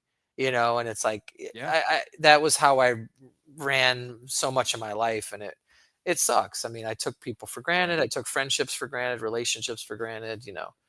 So, I've been on a few podcasts and a few things that, one thing that I would probably tell myself is that, you know, I definitely felt like I had main character syndrome. Is like, you're not always right, yeah. and that you're not always, uh, maybe not be so confrontational. Like, you just need to hear people's opinions about Yeah. certain things, because it's like, we're so connected, and we want to, like, feel like what we're doing, like, we're passionate about, like, our this comes specifically with me from music, like, when I would write riffs, or like when I would, I had an idea about something where I was like, it's my way or the highway, and it's like, Yeah. like, maybe don't, like, treat your interactions with people like that, Right. like, maybe, like I had a really hard time being in bands. I had a really hard time with it because I was so committed to my ideas. Yep. My ideas were right, and Well, and this is SECT. I mean, this is a big part of why I enjoy SECT, because um, I tend to be exactly like that. And SECT for me is like a full hands off, like, you tell me where to go. It's like I said, like, Jimmy's sets the tone musically for SECT. I don't, and that's different for me. And I like that. I think it teaches me something. It, it humbles me in a lot of ways, where I can be like, okay, well, this guy knows more about this than I do, so I need to listen to him and take cues from him. there, Sure. which is not that's not my core. Like that is not what my body and my brain want to do. The exact opposite of that. Like, no, I'm driving the boat. I'm driving the boat. I'm driving the boat. So SECT is very good for me in that regard, where I can just be like, okay, where are we going? Okay, you set the tone, and I'll copy it. You know. Was it always like that, or was that something you kind of had to learn while you were going on? Uh, no, I mean, from the get-go, I kind of went into it with that mindset. Like, I'm gonna Okay. let someone else drive this boat. You know, I'm not gonna push. We're not gonna butt heads. And not that we don't occasionally, of course we do, but like for the most part, I don't really argue. I just go, okay, that's what you want to do. Cool, let's do it. You know. Yeah. Yeah. And Yeah. you guys have such a like all-star stellar roster that I'm sure that anything that anybody did would be great anyway. So, like for what it's worth, like the output of each member could be amazing. Oh, thank you for saying that. Yeah, I mean, we've definitely had some clunkers. I mean, I could play you some bad songs that we've written. So, but yeah, no, Sure. I know what you're saying though. I mean, I feel SECT is great in that regard. I'm always, I never worry about it. Like Jimmy was just saying, not to throw any of his other bands under the bus or anything, but other bands that we play with or fill in with, you show up a lot of times and someone didn't do their homework, someone doesn't have their shit down. Like SECT is not like that. Like we show up, we don't see each other for 6 months. We show up at practice. Everybody knows everything. There's maybe a minor thing that needs to be discussed, if anything, and then we go play, That's because awesome. it's a band full of professionals who take it seriously and do their homework. Don't want to inconvenience the other people that are there, because Chris has to fly from Toronto, Andy has to fly from LA or Portland or wherever he's living at the time, or we have to fly to them. So we don't want to waste each other's time with show me that part again, show me that part again, Yeah. you know. So that's one of the really great things about SECT is it's very professional and everybody shows up having their work done. Correct me if I'm wrong. Didn't Chris play in Fucked Up at one point? I don't know, honestly. I just Okay. know The Swarm, Cursed, and Burning Love.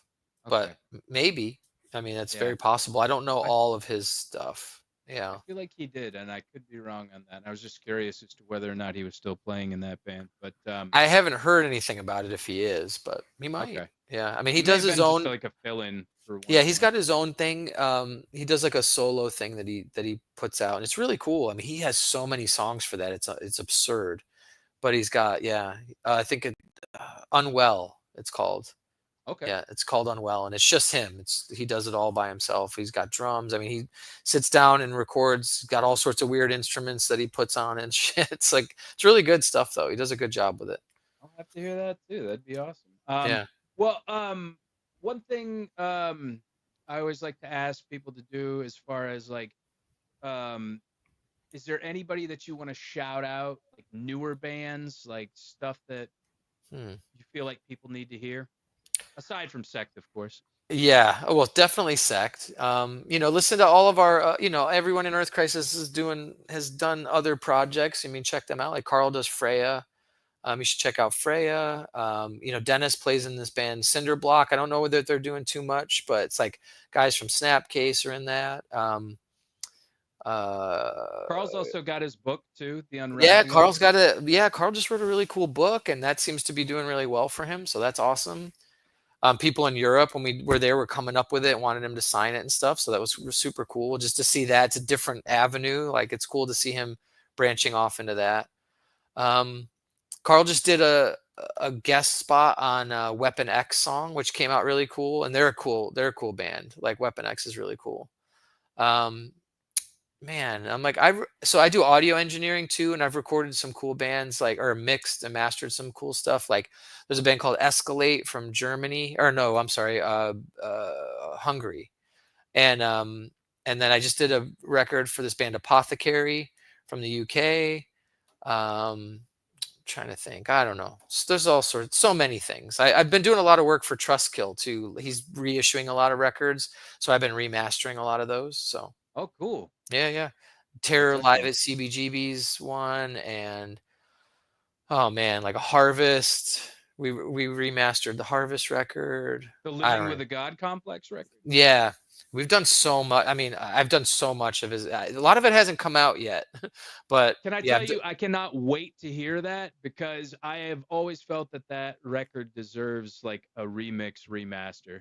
yeah, we couldn't do a full remix because we couldn't get the tracks, which is typically the problem. But it definitely sounds louder, bigger, a little bit more modern. It punched it up quite a bit. Yeah, That's great. yeah. That's awesome. And Um, we're working on Earth Crisis right now. Is working on doing a Destroy the Machines anniversary release. nice. That'll hopefully happen this year. So I remastered the songs for the vinyl for that. Um, some talk of like a new song EP and some other. Yeah, we got some other stuff. We have some ideas in the works. So hopefully those will all get flushed out by the end of the year too. Cool. Yeah. Excellent.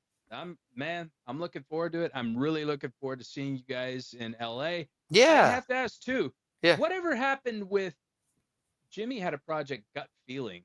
Oh yeah, yeah. I actually filled Whatever in for happened Gut with that? Feeling a handful of times. I for Jimmy actually when Jimmy had to go play with was it Catharsis or somebody like I filled in for him and then I There was played yeah I played another show but they're not officially broken up they just don't really play I think a couple of the guys it was a little bit more than they bargained for like playing shows and traveling they didn't really have time to do it okay. but I don't think they're done I think that they're still kind of around and talk about maybe playing some shows occasionally. Yeah. Excellent. Yeah, I remember hearing them and I'm like, oh, this is cool, and then I just didn't hear from them for a long time. Yeah, I don't want to speak for Jimmy, but I mean he's kind of in the same boat as me where we we have our main bands, right? The things that we're known for, like the Earth Crisis and Undying, right? And when we started SECT, those things weren't very active. But now our plates are so full with all these things, and there'll be and it always happens at the same time. It's never spread out throughout the year. It's like October, every band is playing every month, every weekend, and stuff like that. So I think, yeah, for Jimmy, it's like Gut Feeling is probably the thing that would kill him if they started playing more. I mean, because he does Undying, he does Catharsis, he fills in for Earth Crisis fairly frequently. Um, he fills in for Race Trader occasionally. I mean, Oh Jimmy wow. plays so much that I think if somebody was like, "Oh, let's add Gut Feeling to the mix," he would just probably die. So, When I saw you guys play with it was Cavalera Conspiracy and OTEP, Jimmy was playing. yeah, Jimmy, yeah, that was a weird tour. Yeah, Yeah. that was one of those tours. That was where we were like, okay, fill-ins only when necessary, because Century Media basically was like, okay, we got this Cavalier Conspiracy tour. You guys have to do it. Like, you got to promote this record. You have to do it. The only way that we could do the full tour was we had to have we had this revolving lineup. There was 3 different lineups on that tour. It was just a mess. It was just so stupid. So we do everything in our power now to not have fill-ins. It's Yeah. not always possible. So, occasionally Andy will fill in for Dennis. Occasionally Jimmy will fill in for Ian. Usually those are the 2 slots, but only occasionally. And we usually will say no to something if we have to get a fill-in. We Okay. try not to do it at all. So, Yeah. Yeah. yeah. Oh, that's cool. Um, any like newer bands that are worth mentioning, like that, like hardcore bands? I'm trying to think, man. See, this is one of those moments where I know there's, I'm like, oh, I'm gonna think about it later, and I'm gonna go, God damn it, why This didn't is you where say? we show our Yeah, age. yeah, yeah. This is where we show the age, exactly. I mean, it's just bands that I know everybody already knows. I'm not gonna tell anyone anything new, but like I like Pain of Truth, like Mind Force, it's stuff that people, of course, like people are like, yeah, those are the up and coming cool bands, of course, Cool. Excellent. yeah. Um, so also, can we expect any sect shows in the Southeast, or mentioned going up to Canada? Anything in the Southeast or anywhere else in the U.S.? So we're doing Canada in like 2 weeks, and then I think our plan next is to hit the West Coast. I don't know when that'll be, but yeah, that's the next on the list. So the way SECT usually tries to operate is we try to hit everybody's hometown to make it easy for them. So or home area. So we'll do like Raleigh, you know, like wherever Richmond, something for us, and then we go to Canada for Chris, and then we'll do West Coast for Andy. So And then whatever comes up in between, we'll say yes to. So next up is Andy's turn. So we got to go out to the West Coast to make his life easy. It says here maybe a Slave 1 demo tape. Oh, yeah. That was a demo that after Earth Crisis kind of ended. Dennis and I did a band. It was just a straight rock band. It was like a heavy rock band. And clearly a Star Wars influenced name. Yeah, 100%. Yeah. Before anyone knew that, that was like a deep cut, like back then, like what the name of that ship was. But yeah, it was cool. I loved doing that. That band was really fun, again, because it was just after doing Earth Crisis for so long. I think Dennis and I were like, oh, let's just do something completely different, and that was just like a rock band. I mean, the guy was like, the singer sang, had crazy. I mean, the guy that we had playing lead guitar was incredible shredder.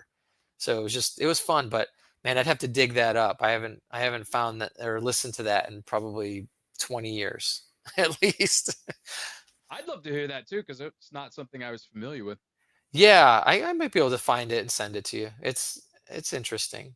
It's sort of like in that way that Into Another came into the hardcore scene and people were like, what the fuck is this? Like, it's that. It's like something like that. Yeah, people would be like, I don't think is this cool? Am I supposed to like this? It's great. Yeah. Great. Well, Scott, I want to thank you so much for coming on the show. This has been excellent. And I also want to thank, she'll appreciate her title, The Empress of the Known Universe, Dr. Monica Tanner, for setting this up. And I'm sure you know that reference, Emperor of the Known Universe. Yeah. Good old Monica. Yeah, she's great. She's fantastic. But thanks for setting that up. And everybody, I want to thank you for attending the show. And if you want to continue to support the show, click on that like button, click on the subscribe button, click on the bell for notifications, and leave comments. That would be great. That helps vastly in the algorithm. And if you're listening on Spotify or Apple Music, give us a follow and give us a rating. That'd be awesome. It costs nothing. You don't have to pay anything for it. It's just a little click and all that. That would be great. But if you do want to support even further, we've got a merchandising company, Hell's Heart Merch Co. Going over to hellsheartco.bigcartel.com. Use the code 20 for 20% off your entire order. If you like movies, we got some really cool movie shirts. If you like hardcore, we've got a few bands that we feature on there. That would be freaking awesome if you use the code. I changed the code. It says 20 on there. I forgot to change that. But if you use the code WINNING, WINNING, just like, Charlie Sheen, winning, you can get 20% off your entire order because you'll be winning. You get one of those shirts. Boom, I'll be here all night. Everybody, thank you so much for coming. Namaste. Jobless. Be good. Thank you so much, Scott. I appreciate you. Yeah, thanks for having me. It was a pleasure.